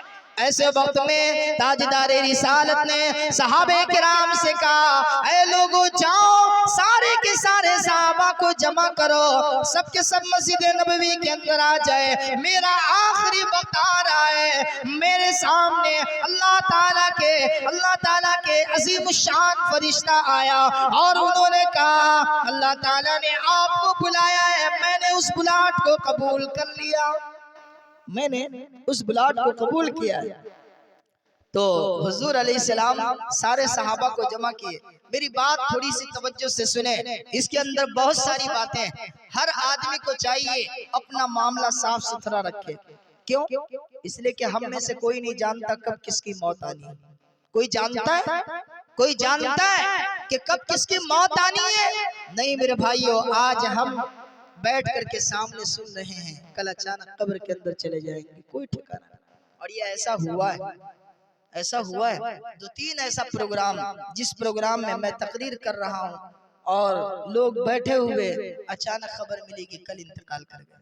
बहुत अफसोस होता है, दिल में ख्याल आता है यार वो कितना अच्छे से गौर से सुन रहा था, वो बंदा कैसे चला गया अचानक अचानक। तो मेरे भाइयों, हर वक्त इंसान को अपना मामला साफ सुथरा रखना चाहिए। हर वक्त हमें ये चाहिए मौत के लिए तैयार रहें, और ये तैयार उसी वक्त हो पाएंगे जब हमारे दिल में हुजूर और अल्लाह की अजमत हो, वरना ये तैयारी बहुत मुश्किल है। हज़रत ओकाशा रज़ियल्लाहु ताला अन्हु का वाक़या है। ताजदार रिसालत इमाम कायनात मदनी करीम अलैहिस्सलातु वस्सलाम ने सारे के सारे सहाबा को बुलाया और आका अलैहिस्सलातु वस्सलाम ने फरमाया, ऐ मेरे सहाबा, मैंने अपनी जिंदगी में अगर किसी को कोई तकलीफ दी है वो आगे आए और अपना बदला ले ले, अपना इंतकाम ले ले। बात समझ में आ रही है? मतलब मैंने जिनको मारा है, मैंने जिनको कोई तकलीफ दी है, वो आगे आए और मुझसे बदला ले ले दुनिया में, ताकि आखिरत में मैं सुरखरू हो जाऊं, अल्लाह के सामने कामयाब रहूं, अल्लाह के सामने मैं मुजरिम बना करके पेश न किया जाऊं। जरा अंदाज देखे हुजूर के सहाबा का, सारे सहाबा के ऊपर सन्नाटा छाया हुआ है, कोई सहाबी इस काम के लिए नहीं उठ रहे। एक सहाबी जिन्हें हजरत उकाशा कहा जाता है, सारे सहाबा रो रहे हैं। अल्लाह के पैगंबर अलैहिस्सलातु वस्सलाम का आखिरी वक्त है।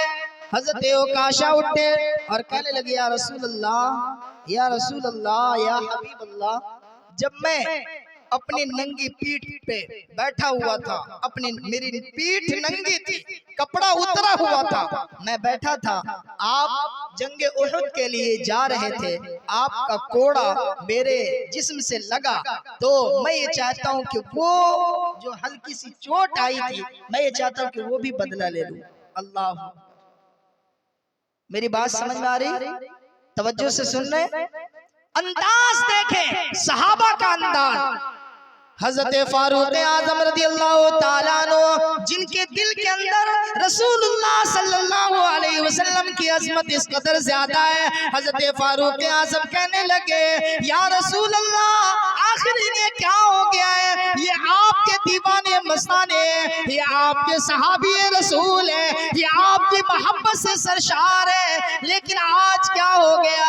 हजरत उकाशा को कहते हैं, ऐ उकाशा, तुम्हें अगर मारना है, तुम्हें अगर कोड़े से तकलीफ देना है तो आओ मेरे पास आओ, मेरी पीठ पर मार लो, लेकिन मेरे पैगंबर को तकलीफ ना दो। तुम्हें पता होना चाहिए हुजूर अलैहिस्सलातु वस्सलाम आखिरी हालत में, और तुम नबी अलैहिस्सलाम से बदला लोगे? ऐ उकाशा, तुम्हें क्या हो गया? क्या कोई अपने महबूब से बदला लेता है? हजरत उकाशा का अंदाज देखे।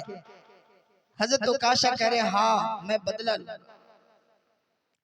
नबी अकरम अलैहिस्सलातु वस्सलाम ने हजरत फारूक आजम को कहा, ऐ उमर, तुम अपने गुस्से को बर्दाश्त कर लो, तुम इसी जगह पर बैठ जाओ, और हजरत उकाशा जो आ रहे उनको आने दो। मैं ये चाहता हूँ कि मेरा मामला दुनिया के अंदर खत्म हो जाए, आखिरत में अल्लाह के सामने सुरखरू और कामयाब बना करके पेश किया जाऊं, लिहाजा तुम बीच में रोड़ा मत बनो।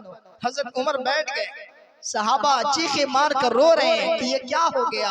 उकाशा तो हुजूर के सहाबी हैं, लेकिन रसूलुल्लाह के सामने जा रहे हैं और बदला ले रहे हैं। हुजूर के करीब आ गए, हुजूर ने फरमाया, आओ बदला ले लो कोड़ा लो और मेरी पीठ पर मार लो, जिस तरीके से मेरे कोड़े से तुम्हें तकलीफ पहुंची। हजरत उकाशा कहने लगे, या रसूलल्लाह, जिस वक्त आपका कोड़ा मेरे जिस्म पर लगा था, उस वक्त मेरी पीठ नंगी थी, यानी मैं कमीज को उतारे हुआ था, कपड़ा नहीं पहन रखा था। अल्लाह के नबी अलैहिस्सलाम ने फौरन अपना कमीज से मुबारक जिस्म से उतारा और उसे दूसरी जगह पे रखा और कहा, अब मेरी पीठ नंगी हो गई है, आओ बदला ले लो। जरा अंदाज देखें, अंदाज देखें उस मुहिब्बे रसूल का। हजरत उकाशा आगे बढ़ते हैं और फौरन दोनों शानों के दरमियान जो मोहरे नबूवत है उसको चूमने लगते हैं। सुभान अल्लाह, उसको बोसा देने लगते हैं और कहने लगे या रसूल अल्लाह, मेरी क्या औकात कि मैं आपके जिस्म मुबारक पर हाथ लगा सकूं। पूरी जिंदगी गुजर गई, पूरी जिंदगी गुजर गई, मैं तो यही चाह रहा था कि कब आपके मोहरे नबूवत को बोसा दूं। आज मुझे ये मौका मिला, मैं ये चाह रहा हूं कि आप दुनिया से पर्दा फरमा रहे हैं, ये मौका मैं अपने हाथ से जाने न दूं। ये है मेरे हुजूर अलैहिस्सलाम की इत्तिबा का जज्बा, हुजूर के मोहब्बत सहाबे किराम के दिलों में किस कदर थी कि अल्लाह के नबी अलैहिस्सलाम से उन्होंने अपनी मोहब्बत का इजहार किया। मेरे बुजुर्गों, सहाबे किराम के दिलों के अंदर नबी अकरम अलैहिस्सलाम की ये मोहब्बत है। जरा गौर करें, एक हिंदू पंडित अपनी किताब के अंदर लिखता है कि मोहम्मद के मानने वाले का अंदाज ही अजीबोगरीब। कौन लिखता है? एक हिंदू पंडित। क्योंकि हुजूर अलैहिस्सलाम की अजमत का इनकार कौन करता है? जो नालायक होता है। जो हकीकतन इंसान हो वो हुजूर की अजमत का इनकार नहीं कर सकता। एक शायर कहता है, हिंदू, वो कहता है कि हिंदू तो मैं जरूर हूँ, काफिर नहीं हूँ मैं, हासिल मुझे भी दौलत इश्क रसूल है। हिंदू तो मैं हूँ लेकिन हुजूर की अजमत का इनकार नहीं करता। वो कहता है कि हुजूर के यानी मोहम्मद के मानने वालों का हाल ये था, अरब के अंदर कोई घर ऐसा ना था जिस घर में शराब नोशी ना होती थी। कोई घर ऐसा ना था जिसमें शराब नोशी ना होती थी। हर खाने के बाद, हर दावत के बाद बाज़ाब्ता शराब का एहतमाम किया जाता था। लेकिन मोहम्मद आए, अल्लाह ने कुरान नाजिल किया और लोगों से कहा, ऐ लोगों, शराब तुम पर हराम कर दिया गया। नबी अलैहिस्सलाम ने कह दिया, अला इन्नल खमर कद हुर्रिमत, ऐ लोगों, शराब जिससे तुम्हारी अकल ठिकाने पर ना हो तो ये तुम्हारे लिए हराम करार दे दिया गया। सहाबा माने कि नहीं माने? बोलिए, सहाबा माने कि नहीं माने? मेरे आका अलैहिस्सलातु वस्सलाम मदीनतुल मुनव्वरा से मक्कातुल मुकर्रमा की तरफ फातिह मक्का बन करके तशरीफ ला रहे हैं। रास्ते में एक सहाबी शराब की बोतल लेकर के अल्लाह के पैगंबर अलैहिस्सलाम के पास आए। आकर कहने लगे, या रसूल अल्लाह, मैं आपको हदिया अता कर रहा हूँ। क्या अजीब अंदाज, शराब लेकर हुजूर के पास आए और कहने लगे, या रसूल अल्लाह, आप हदिया कबूल फरमाएं। मेरे आका अलैहिस्सलाम का अंदाज क्या है? आज हम लोग होते, हमारे उलमा होते तो कहते, अबे पागल, तुमको शर्म नहीं आती? ये शराब है, ये हराम है। मेरे हुजूर का क्या निराला अंदाज।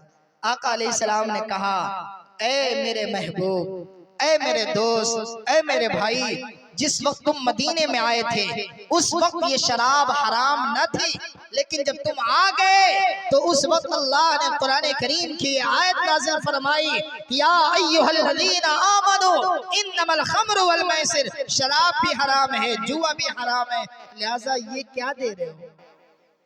ये बात आप याद रखें, शराब हराम नहीं था, कोई नबी शराब के करीब नहीं आए। सहाबी में हजरत अबू बकर सिद्दीक, हजरत उस्मान गनी के बारे में भी आता है कि कभी भी शराब के करीब भी नहीं गए।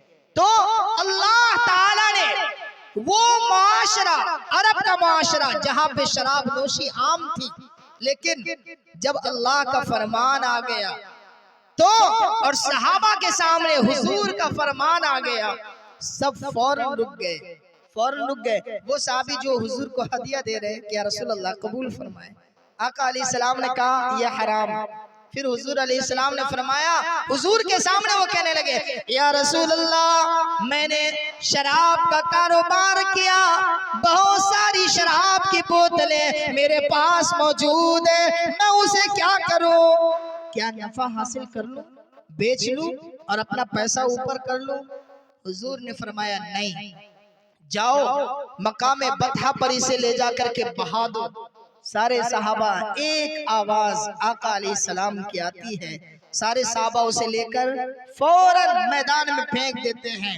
यहाँ तक के रिवायत के अंदर आता है कि नालों से इस तरीके से शराब बहने लगा कि लगता है कि अभी बारिश हुई है, और बारिश के बाद जब पानी रुकता है तो पानी जिस तरीके से नाले के अंदर बहने लगता है उस अंदाज से शराब भी बहने लगा। ये है मेरे हुजूर अलैहिस्सलाम के फरमान कि अल्लाह के नबी ने फरमा दिया, सहाबा अब उस चीज को अपने करीब भी नहीं आने दे रहे। क्या अल्लाह के नबी अलैहिस्सलाम का फरमान। और जब हम ये चीज करेंगे तो फिर अल्लाह की मदद आएगी। बात समझ में आ रही? ये चीज करेंगे, रसूलुल्लाह की इत्तिबा, नमाज हम अपनी जिंदगी के अंदर लाएंगे, फिर देखे अल्लाह की मदद हमारे साथ होती है नहीं होती। एक रिवायत आता है, एक वाकया नकल किया जाता है, एक आदमी बहुत ज्यादा साजो सामान मुल्क शाम से लेकर मदीनतुल मुनव्वरा की तरफ आने लगा। रास्ते में बहुत सारे गुंडों की जमात मिल गई और उन्होंने कहा कि ऐ लोगों, उन्होंने कहा उस ताजिर इंसान से कि मैं तुम्हारा माल भी लूंगा, तुम्हारी जान भी लूंगा। वो ताजिर कहने लगा कि मैं बहुत अमानतदार ताजिर हूँ, आपको अगर लेना है मेरा माल ले ले, मेरी जान को छोड़ दे। उन्होंने कहा कि नहीं नहीं, माल तो मेरा माल है, पहले मैं तुम्हारी जान लूंगा और उसके बाद तुम्हारा माल मैं अपने कब्जे में कर लूंगा। अब वो कहते हैं कि ठीक है, अगर आप नहीं मानेंगे तो मुझे 2 मिनट की मोहलत दे दे। कहा ठीक है, जो करना कर लो। अब वो क्या करने लगे, 2 रकत नमाज पढ़ते हैं, सुभान अल्लाह, 2 रकत नमाज पढ़ते हैं। आखिर में उन्होंने दुआ मांगी, अल्लाह के सामने दुआ मांगते हैं, अल्लाह ताला उनकी दुआ को कबूल करते हैं। अल्लाह ताला फरिश्ते को भेज देते हैं और उन तमाम डाकुओं को वो फरिश्ते तह देख करते हैं, खत्म कर देते हैं, और ये आदमी अपना माल लेकर के वापस मदीनतुल मुनव्वरा की तरफ पहुंच जाता है। मेरे बुजुर्गों जरा गौर करें, ये अल्लाह की मदद है या नहीं? ये अल्लाह की मदद है या नहीं? अगर हम लोग हुजूर अलैहिस्सलाम के सहाबा जैसा अमल अपनी जिंदगी के अंदर लाएंगे, जरूर अल्लाह की मदद आएगी। मैंने आपके सामने जो कहा, ये शराब नोशी क्या है भाई, इससे कितने घर तबाह बर्बाद हो गए, कितने घर तबाह बर्बाद हो गए।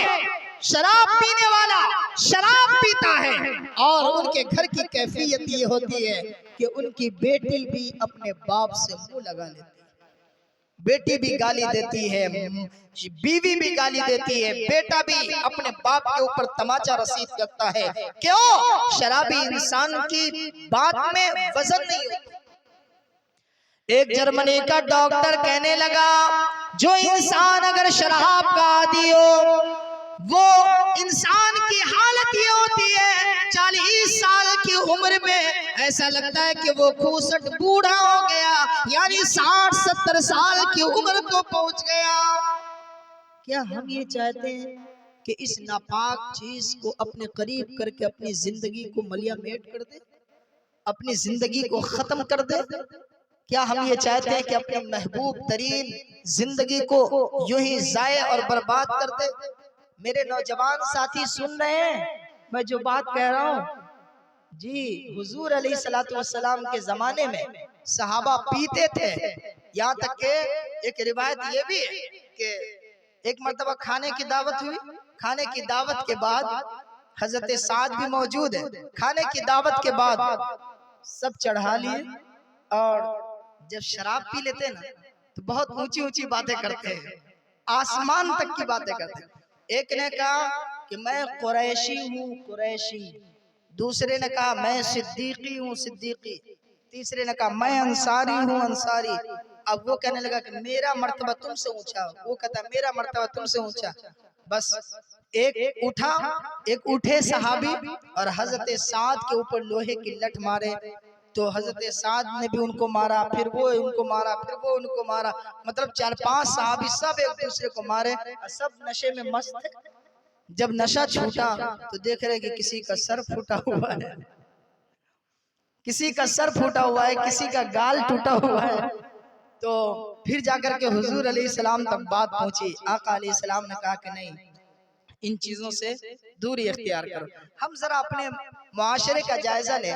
क्या हमारे यहाँ जो शराब पीता है, क्या आप उनको कभी गंदे नाले में नहीं देखते?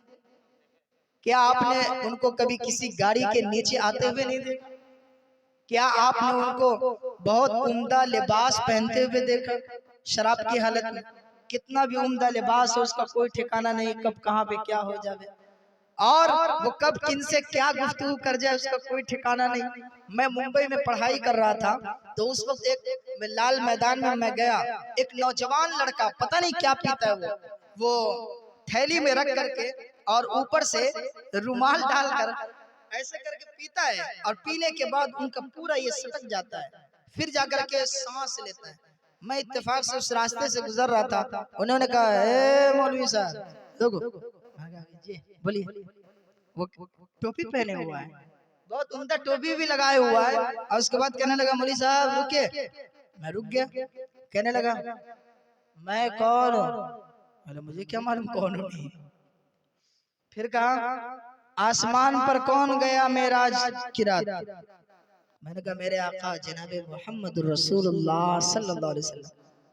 गलत गलत, अपन गया अपन गया। मैं बोले पागल हो गया तुम्हें? तो कर अबे गांडू चुपचाप रहेगा, ये मुंबई की जुबान। मैं खामोश हो गया। मैंने सोचा पता नहीं क्या क्या चीज का फिर इनकार करने लग जाए। मैं वहां से अलग हो गया। दूसरे दिन जब मैं उस जगह से वापस उस जगह की तरफ जा रहा था तो वही आदमी को लोग मार पीट करके नाले में गिराया हुआ था।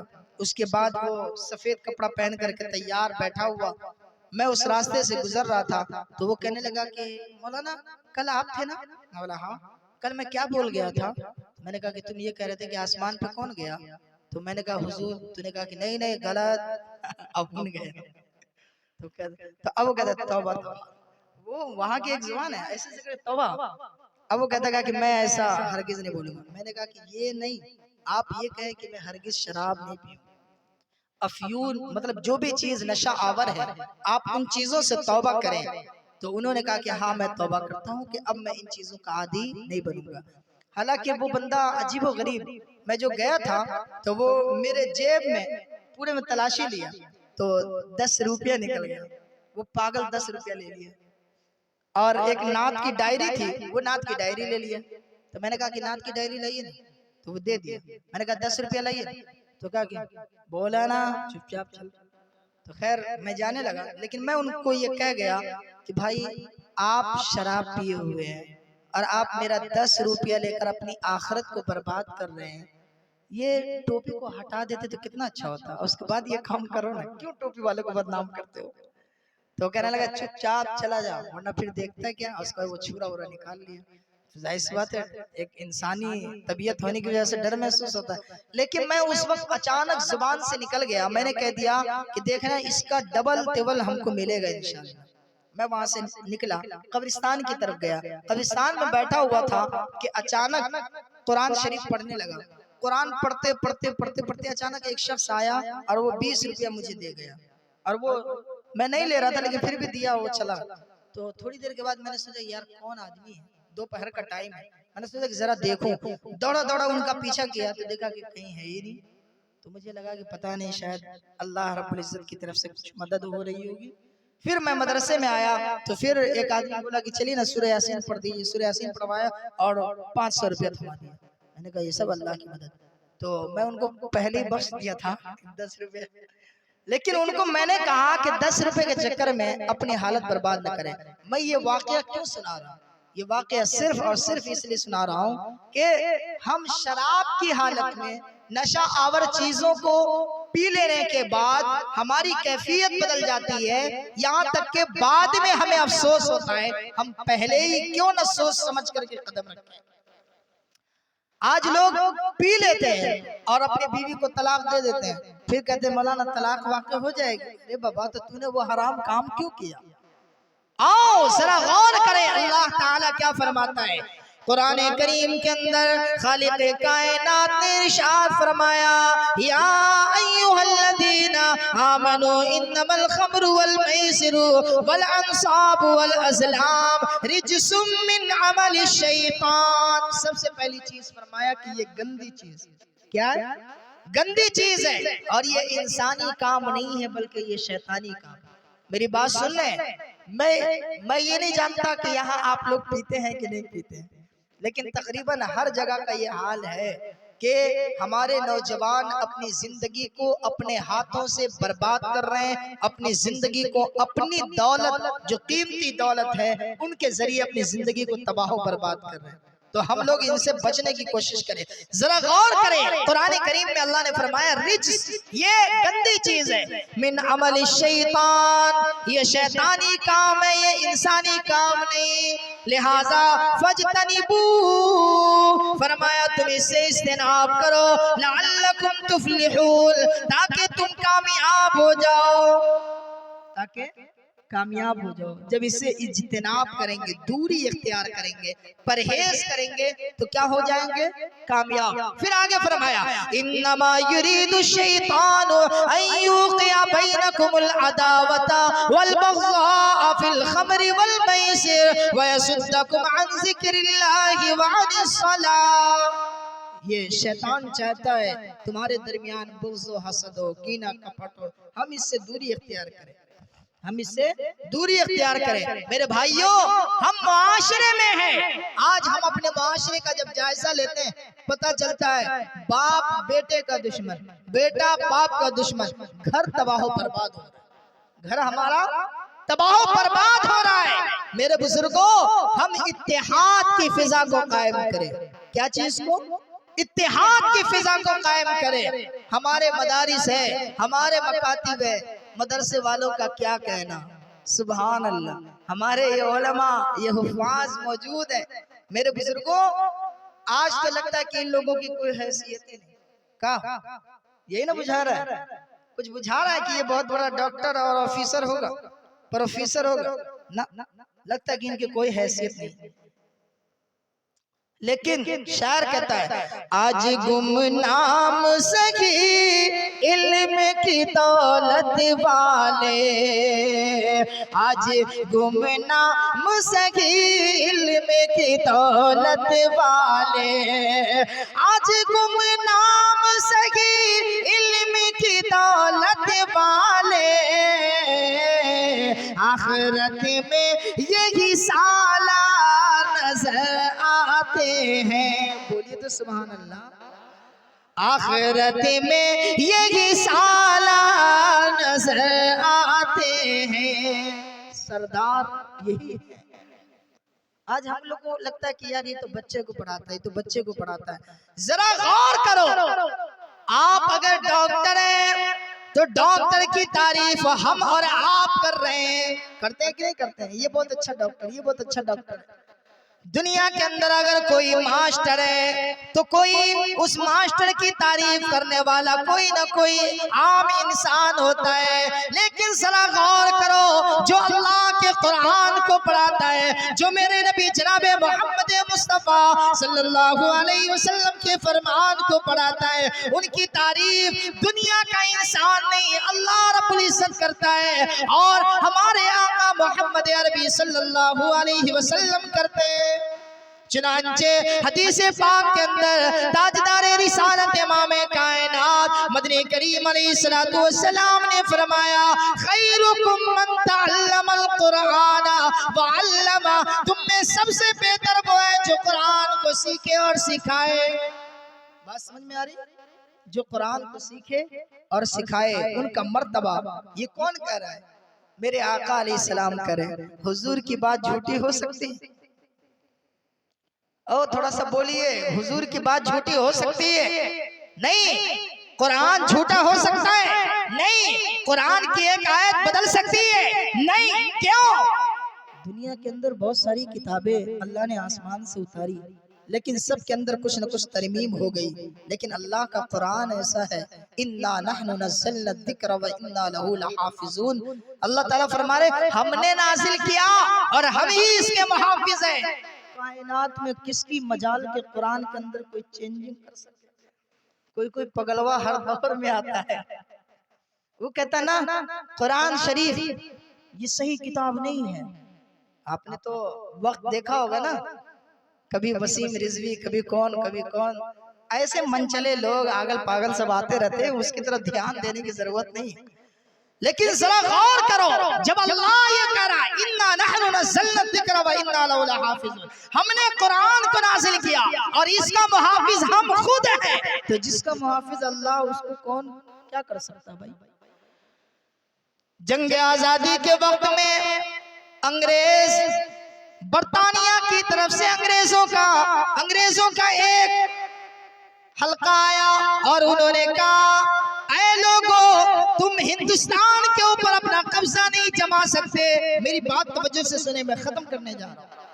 हिंदुस्तान के ऊपर अपना कब्जा नहीं जमा सकते, शर्त यह है कि यहाँ के उलमा को खत्म कर दिया जाए, नंबर 1। नंबर 2, कुरान करीम की तालीम को खत्म कर दिया जाए, और नंबर 3, जज्बे जिहाद को खत्म कर दिया जाए। अब ये हुक्म आया, कुरान करीम को जलाया जा रहा है, कितने कुतुब खाने को जला दिया गया, लेकिन अल्लाह अकबर, अल्लाह मौलाना कासिम नानोतवी रहमतुल्लाहि अलैह के ऊपर करोड़ों रहमतें नाज़िल फरमाए। उन्होंने अंग्रेज से कहा, अंग्रेज तुम क्या कह रहे हो, कुरान को खत्म कर दोगे? हाय, कुरान को खत्म कर दोगे, ये तुम्हारी मजाल। अल्लाह ने फरमाया इन्ना नहनु नज़्ज़लना ज़िक्रा, कुरान को तुम खत्म करने आए हो? 7 साल का बच्चा सामने कर दिया और कहा ये मेरा बेटा है, तुम इनके कुरान को सुनो। ये कुरान, सिर्फ कुरान के सफ़हात को खत्म करने की जरूरत नहीं है, कुरान के सफ़हात को तुम खत्म नहीं कर सकते। क्यों? हुफ़ाज़े कुरान मौजूद है, उसके लिए सिर्फ सफ़ा को खत्म नहीं करना पड़ेगा, बल्कि जिहाद भी करना पड़ेगा। जी, कुरान को खत्म कर दोगे, वो बच्चा अल्हम्दुलिल्लाह से शुरू करता है और वन्नास तक खत्म कर देता है। कहा तुम सफ़हात को तो खत्म कर सकते हो, लेकिन वो कुरान जो सीनों के अंदर नक्श है उसको कैसे खत्म करोगे? ये कुरान की हक्कानियत है, ये कुरान की हक्कानियत है। मौलाना पीर ज़ुल्फ़िकार अहमद नक्शबंदी जब वहां गए एक ऐसे मुल्क में जहां कुरान की तालीम पर पाबंदी, मेरी बात तवज्जो से सुने, खत्म करने जा रहा हूं, कुरान की तालीम पर पाबंदी है।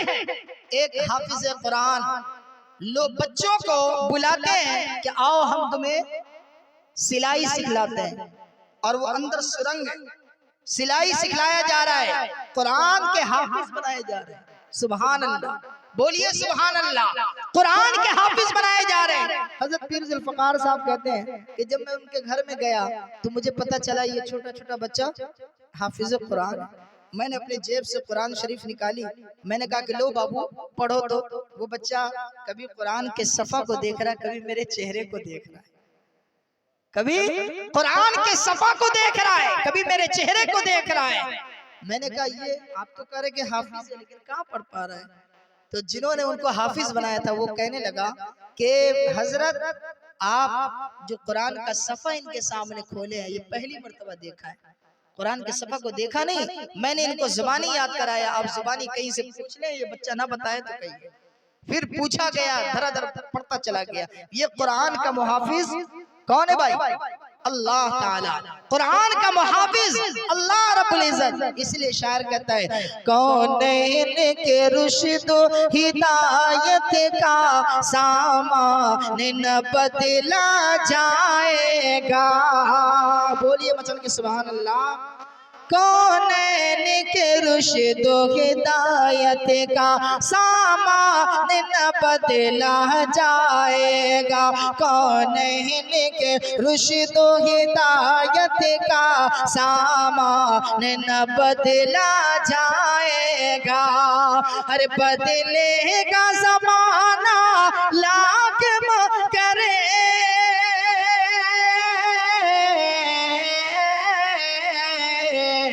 बदलेगा ज़माना लाख मगर कुरान न बदला जाएगा। कौनैन के रुश्द हिदायत का सामान न बदला जाएगा। इसका एक एक हर्फ महफूज, कुरान का एक एक हर्फ महफूज है। कोई अगर हर्फ के अंदर भी तब्दीली करना चाहे तो हाफिज कुरान उसको बदल नहीं सकता, उसको कबूल भी नहीं कर सकता। मारिफुल कुरान के अंदर एक वाक़या बहुत मशहूर है। एक यहूदी आलिम ने कुरान में कुछ चेंजिंग किया। पहले तौरात में, ज़बूर में, इंजील में चेंजिंग किया, वहां वालों को दिया फ्री में। फ्री में सबों ने हाथों हाथ ले लिया कि लाओ फ्री में दे रहे हो। कुरान शरीफ जब चेंजिंग के साथ हुफ्फाज़ कुरान को देने लगा और वो सोचने लगा कि इधर से भी हमको खुशी मिलेगी, हाफिज कुरान कुरान को पलट पलट करके देख रहा है और उसके बाद कह रहे अरे बाबा यहाँ से ये चीज गायब है, वहां से वो चीज गायब, वहां से वो चीज। कहा लो अपना कुरान अपने पास रखो, मेरा कुरान वो नहीं है, मेरा कुरान वो है जो मेरे सीने के अंदर महफूज है। मेरा कुरान वो है जो मेरे सीने के अंदर महफूज है। मेरे बुजुर्गों, अल्लाह के पैगंबर ने जो फरमाया खैरुकुम मन तअल्लमल कुरान व अल्लमा, कि तुम में सबसे बेहतर वो है जो कुरान को सीखे और सिखाए।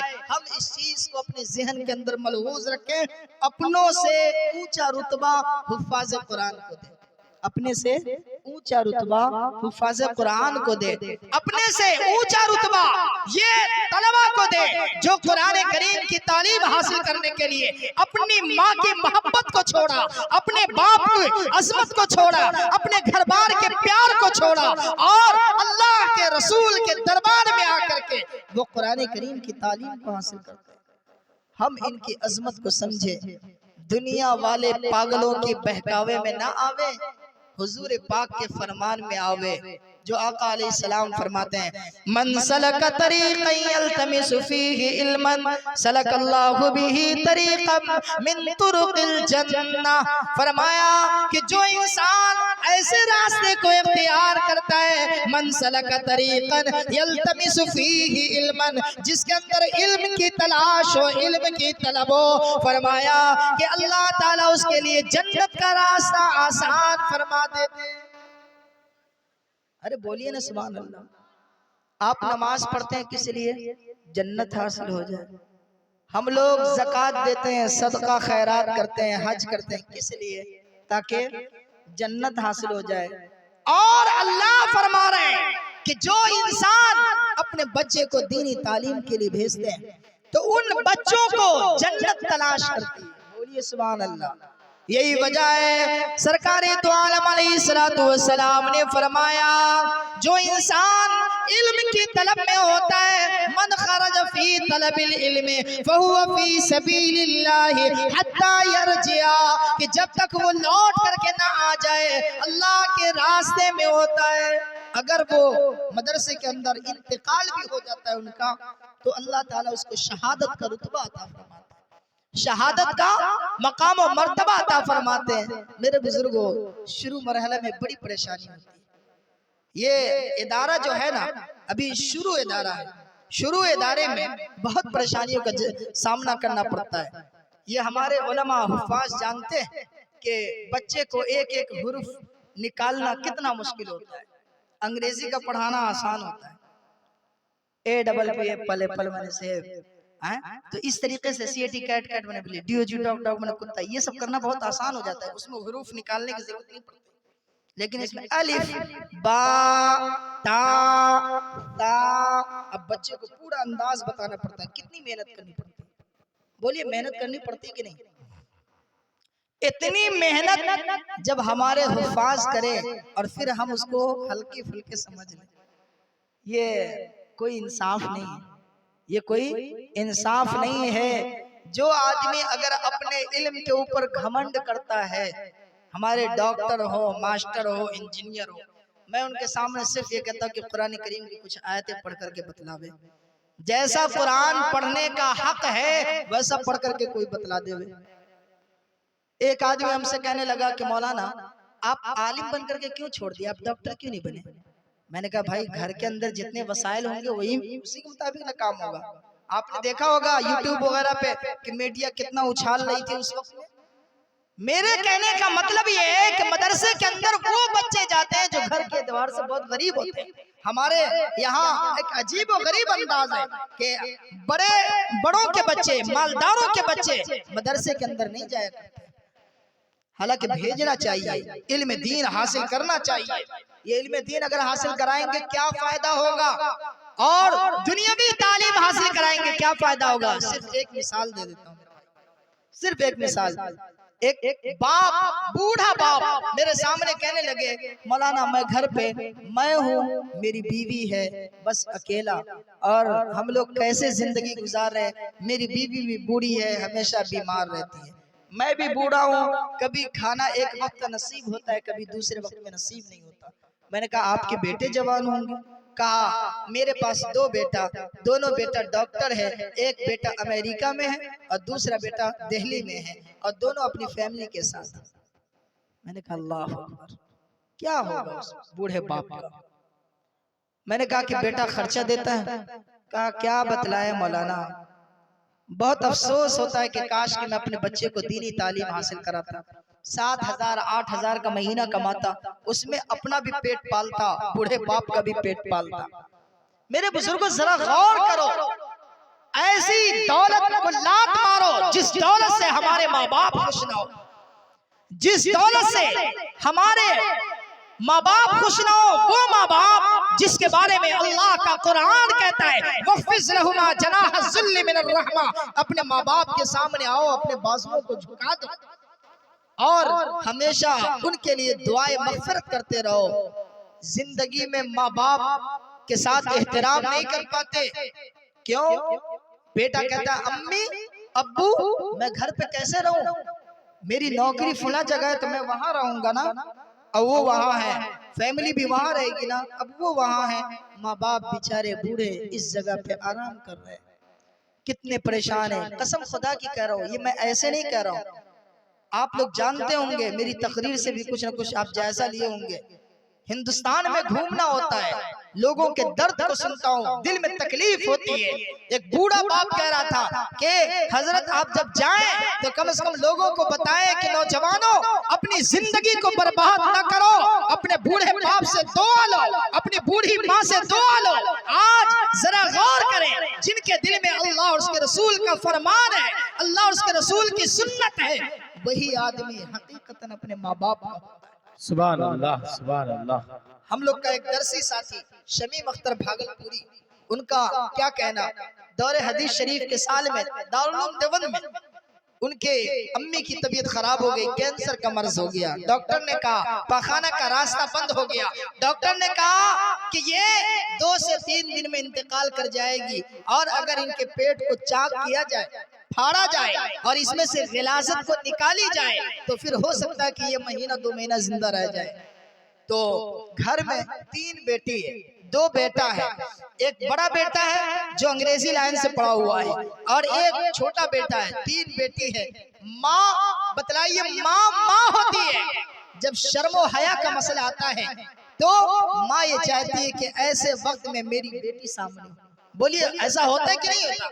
लेकिन वो तीनों बेटी अंग्रेजी लाइन से, स्कूल लाइन से पढ़ी हुई है।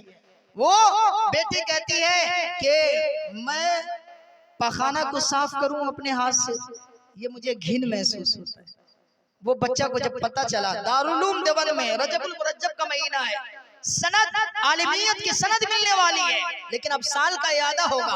वो उस्ताद के पास जाता है कि हजरत मेरी अम्मा का सवाल है, आप मुझे छुट्टी दे दे, मैं घर चला जाऊं, फिर ना होगा तो मैं आइंदा साल आ जाऊंगा, लेकिन मैं अपने माँ की खिदमत करना चाहता हूँ। उस्ताद ने उनको इजाजत दे दी। वो बच्चा आया रमजान में, जब मैं मुंबई तरावी के लिए गया तो वहाँ वो बच्चा बता रहा था और वो खुद भी रो रहा था, मुझे भी आंखों से आंसू आ रहा था। वो बच्चा कहने लगा कि जब उस वक्त में मेरी बहन ने साथ नहीं दिया, मेरे भाइयों ने साथ नहीं दिया, तो ऐसे वक्त में मैं वहां पे पहुंचा और हॉस्पिटल में मैं डॉक्टरों से मिला। मैंने कहा कि मैं इस काम के लिए तैयार हूँ, आप मेरी माँ के पेट को चाक करें और उसमें से पखाना को निकाले, मैं अपने हाथ से साफ करूंगा। चुनांचे वैसा हुआ।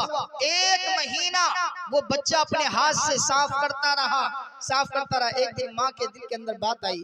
माँ ने कहा, ये उठ करके बैठी, माँ ने कहा कि बेटा तुझे घिन महसूस नहीं होता? क्योंकि मुझे शर्म आती है कि ये काम मेरी कोई बेटी कर लेती, तुझे घिन महसूस नहीं होता? तो बेटे ने जवाब दिया, अम्मा जब मैं कुछ भी नहीं था, गोश्त का टुकड़ा था, अपने आप करवट भी नहीं बदल पाता था और मैं अपने लिए नफा नुकसान भी नहीं समझ पाता था, आप उस वक्त मेरे पाखाना पेशाब को साफ करती थी, क्या आपको उस वक्त घिन महसूस नहीं होता था? तो माँ ने कहा कि बेटा वो तो तेरे बचपन का वक्त था। तो अब बेटा कहता है कि माँ वो मेरा बचपन था, ये आपका बुढ़ापा है, मैं ये चाहता हूँ कि ये काम करके जन्नत का हकदार बन जाऊं। अल्लाह अकबर। सुभान माँ ने अल्लाह, सुभान माँ ने अल्लाह। अपना आंचल उठाया और उस बच्चे को अपने सीने के करीब किया और कहा कि बेटा मैं तो दुनिया में जिंदा नहीं रहूंगी, मैं तो चली जाऊंगी, लेकिन अल्लाह से मुझे पूरी उम्मीद है अल्लाह ताला तुझे कभी तकलीफ नहीं देगा। आमीन। माँ इंतकाल कर गई।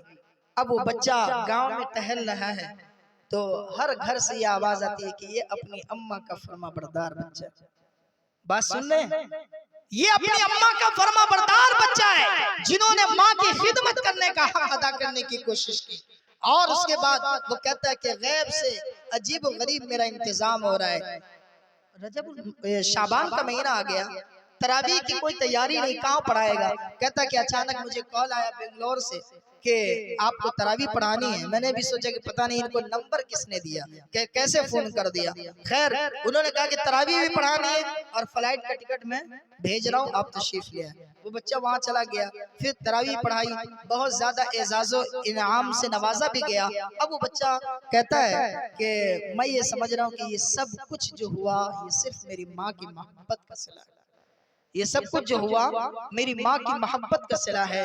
मेरे बुजुर्गों दुनिया के अंदर और क्या चीज है? अल्लाह के नबी जनाब मोहम्मद रसूलुल्लाह ने फरमाया अल जन्नत तहत अक़दामिल उम्महात, जन्नत माँ के कदमों के नीचे। तो मैंने जो आपके सामने कहा कि अब हम लोगों के दिल के अंदर ये बात आती है कि जन्नत माँ के कदम के नीचे, लिहाजा माँ से मोहब्बत करते हैं और बाबूजी को कौन देखेंगे भाई? बूढ़े बाप का कोई ख्याल नहीं करते। ये एक बूढ़े बाप की फरियाद है जो मैं आप तक पहुंचा रहा हूँ। बूढ़े बाप ने कहा कि देखिए आज मेरे साथ ये हो रहा है वो हो रहा है। मैंने कहा अल्लाह के पैगंबर अलैहिस्सलाम ने फरमाया अल वालिदु औसतु अबवाबिल जन्नह, कि बाप जन्नत का बीच दरवाजा है, अगर तुम चाहो तो उसकी हिफाजत करो और अगर चाहो तो जाये कर दो। मेरे बुजुर्गों हम क्या करें? पता चला कुरान करीम हमें बतलाता है वक़्फ़िज़ लहुमा, इन दोनों के साथ नरमी का मामला करें, इन दोनों के लिए अपने बाजुओं को झुकाएं। लिहाजा हम ये काम करेंगे इंशाअल्लाह।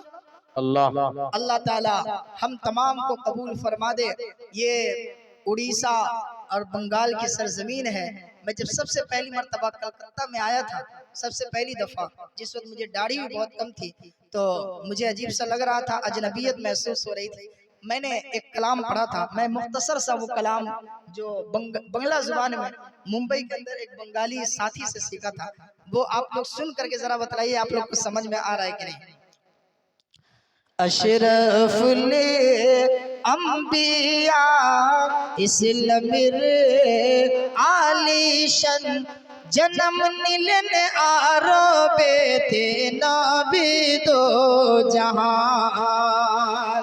अशरफुल अंबिया इस्लामिर आलिशन जन्म नीलन आरोबे ते नबी दो जहान। 12 रबीउल अव्वल शुम्बर दिन शौकाले, 12 रबीउल अव्वल शुम्बर दिन शौकाले जन्म नीलन आरोबे थे नबी दो जहान। सोई बसर बयस होलो बाबर कबर देखते गेलो निधन कले गेलिन मारा नबीर अम्मा जान। 40 बसर बायश होलो खदीजा से विवाह कर ले जिब्रील अशिया पढ़ाइलन कुरान 30 बसर बायश होलो नबीजी इंतकाल होलो माफ करे बे अल्लाह उम्मती। सुभान अल्लाह, बहुत खूब, माशाअल्लाह, अल्लाह तरक्की नवाजे। आमीन आमीन। तो ये तो आप लोग को समझ में आ ही गया होगा। जी जी, बरहक समझ में आ रही है। थोड़ा सा हमको भी समझ में आया, चूंकि मैं लिख लिया था उर्दू जुबान में और इसके ऊपर मैंने जबर जेर पेश दे दिया था, जिसकी वजह से याद भी कर लिया था बहुत पहले। अब आइए मैं खत्म कर रहा हूँ, चूंकि मुझे जो वक्त दिया गया था वो वक्त भी हो गया।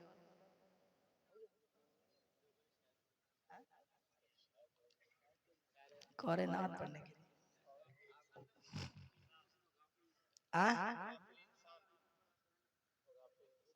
नहीं पता मुझे। आइए, हमारे दिल में हुजूर की अजमत होनी चाहिए, लेकिन आप लोग बहुत ठंडे आदमी, थोड़ा सा सुभान अल्लाह वगैरह कहिएगा तो। सुभान अल्लाह, नारे तकबीर, नारे तकबीर, अल्लाहु अकबर। शान मोहम्मद मुस्तफा मौलाना तारिक अनवर साहब जिंदाबाद, मौलाना तारिक अनवर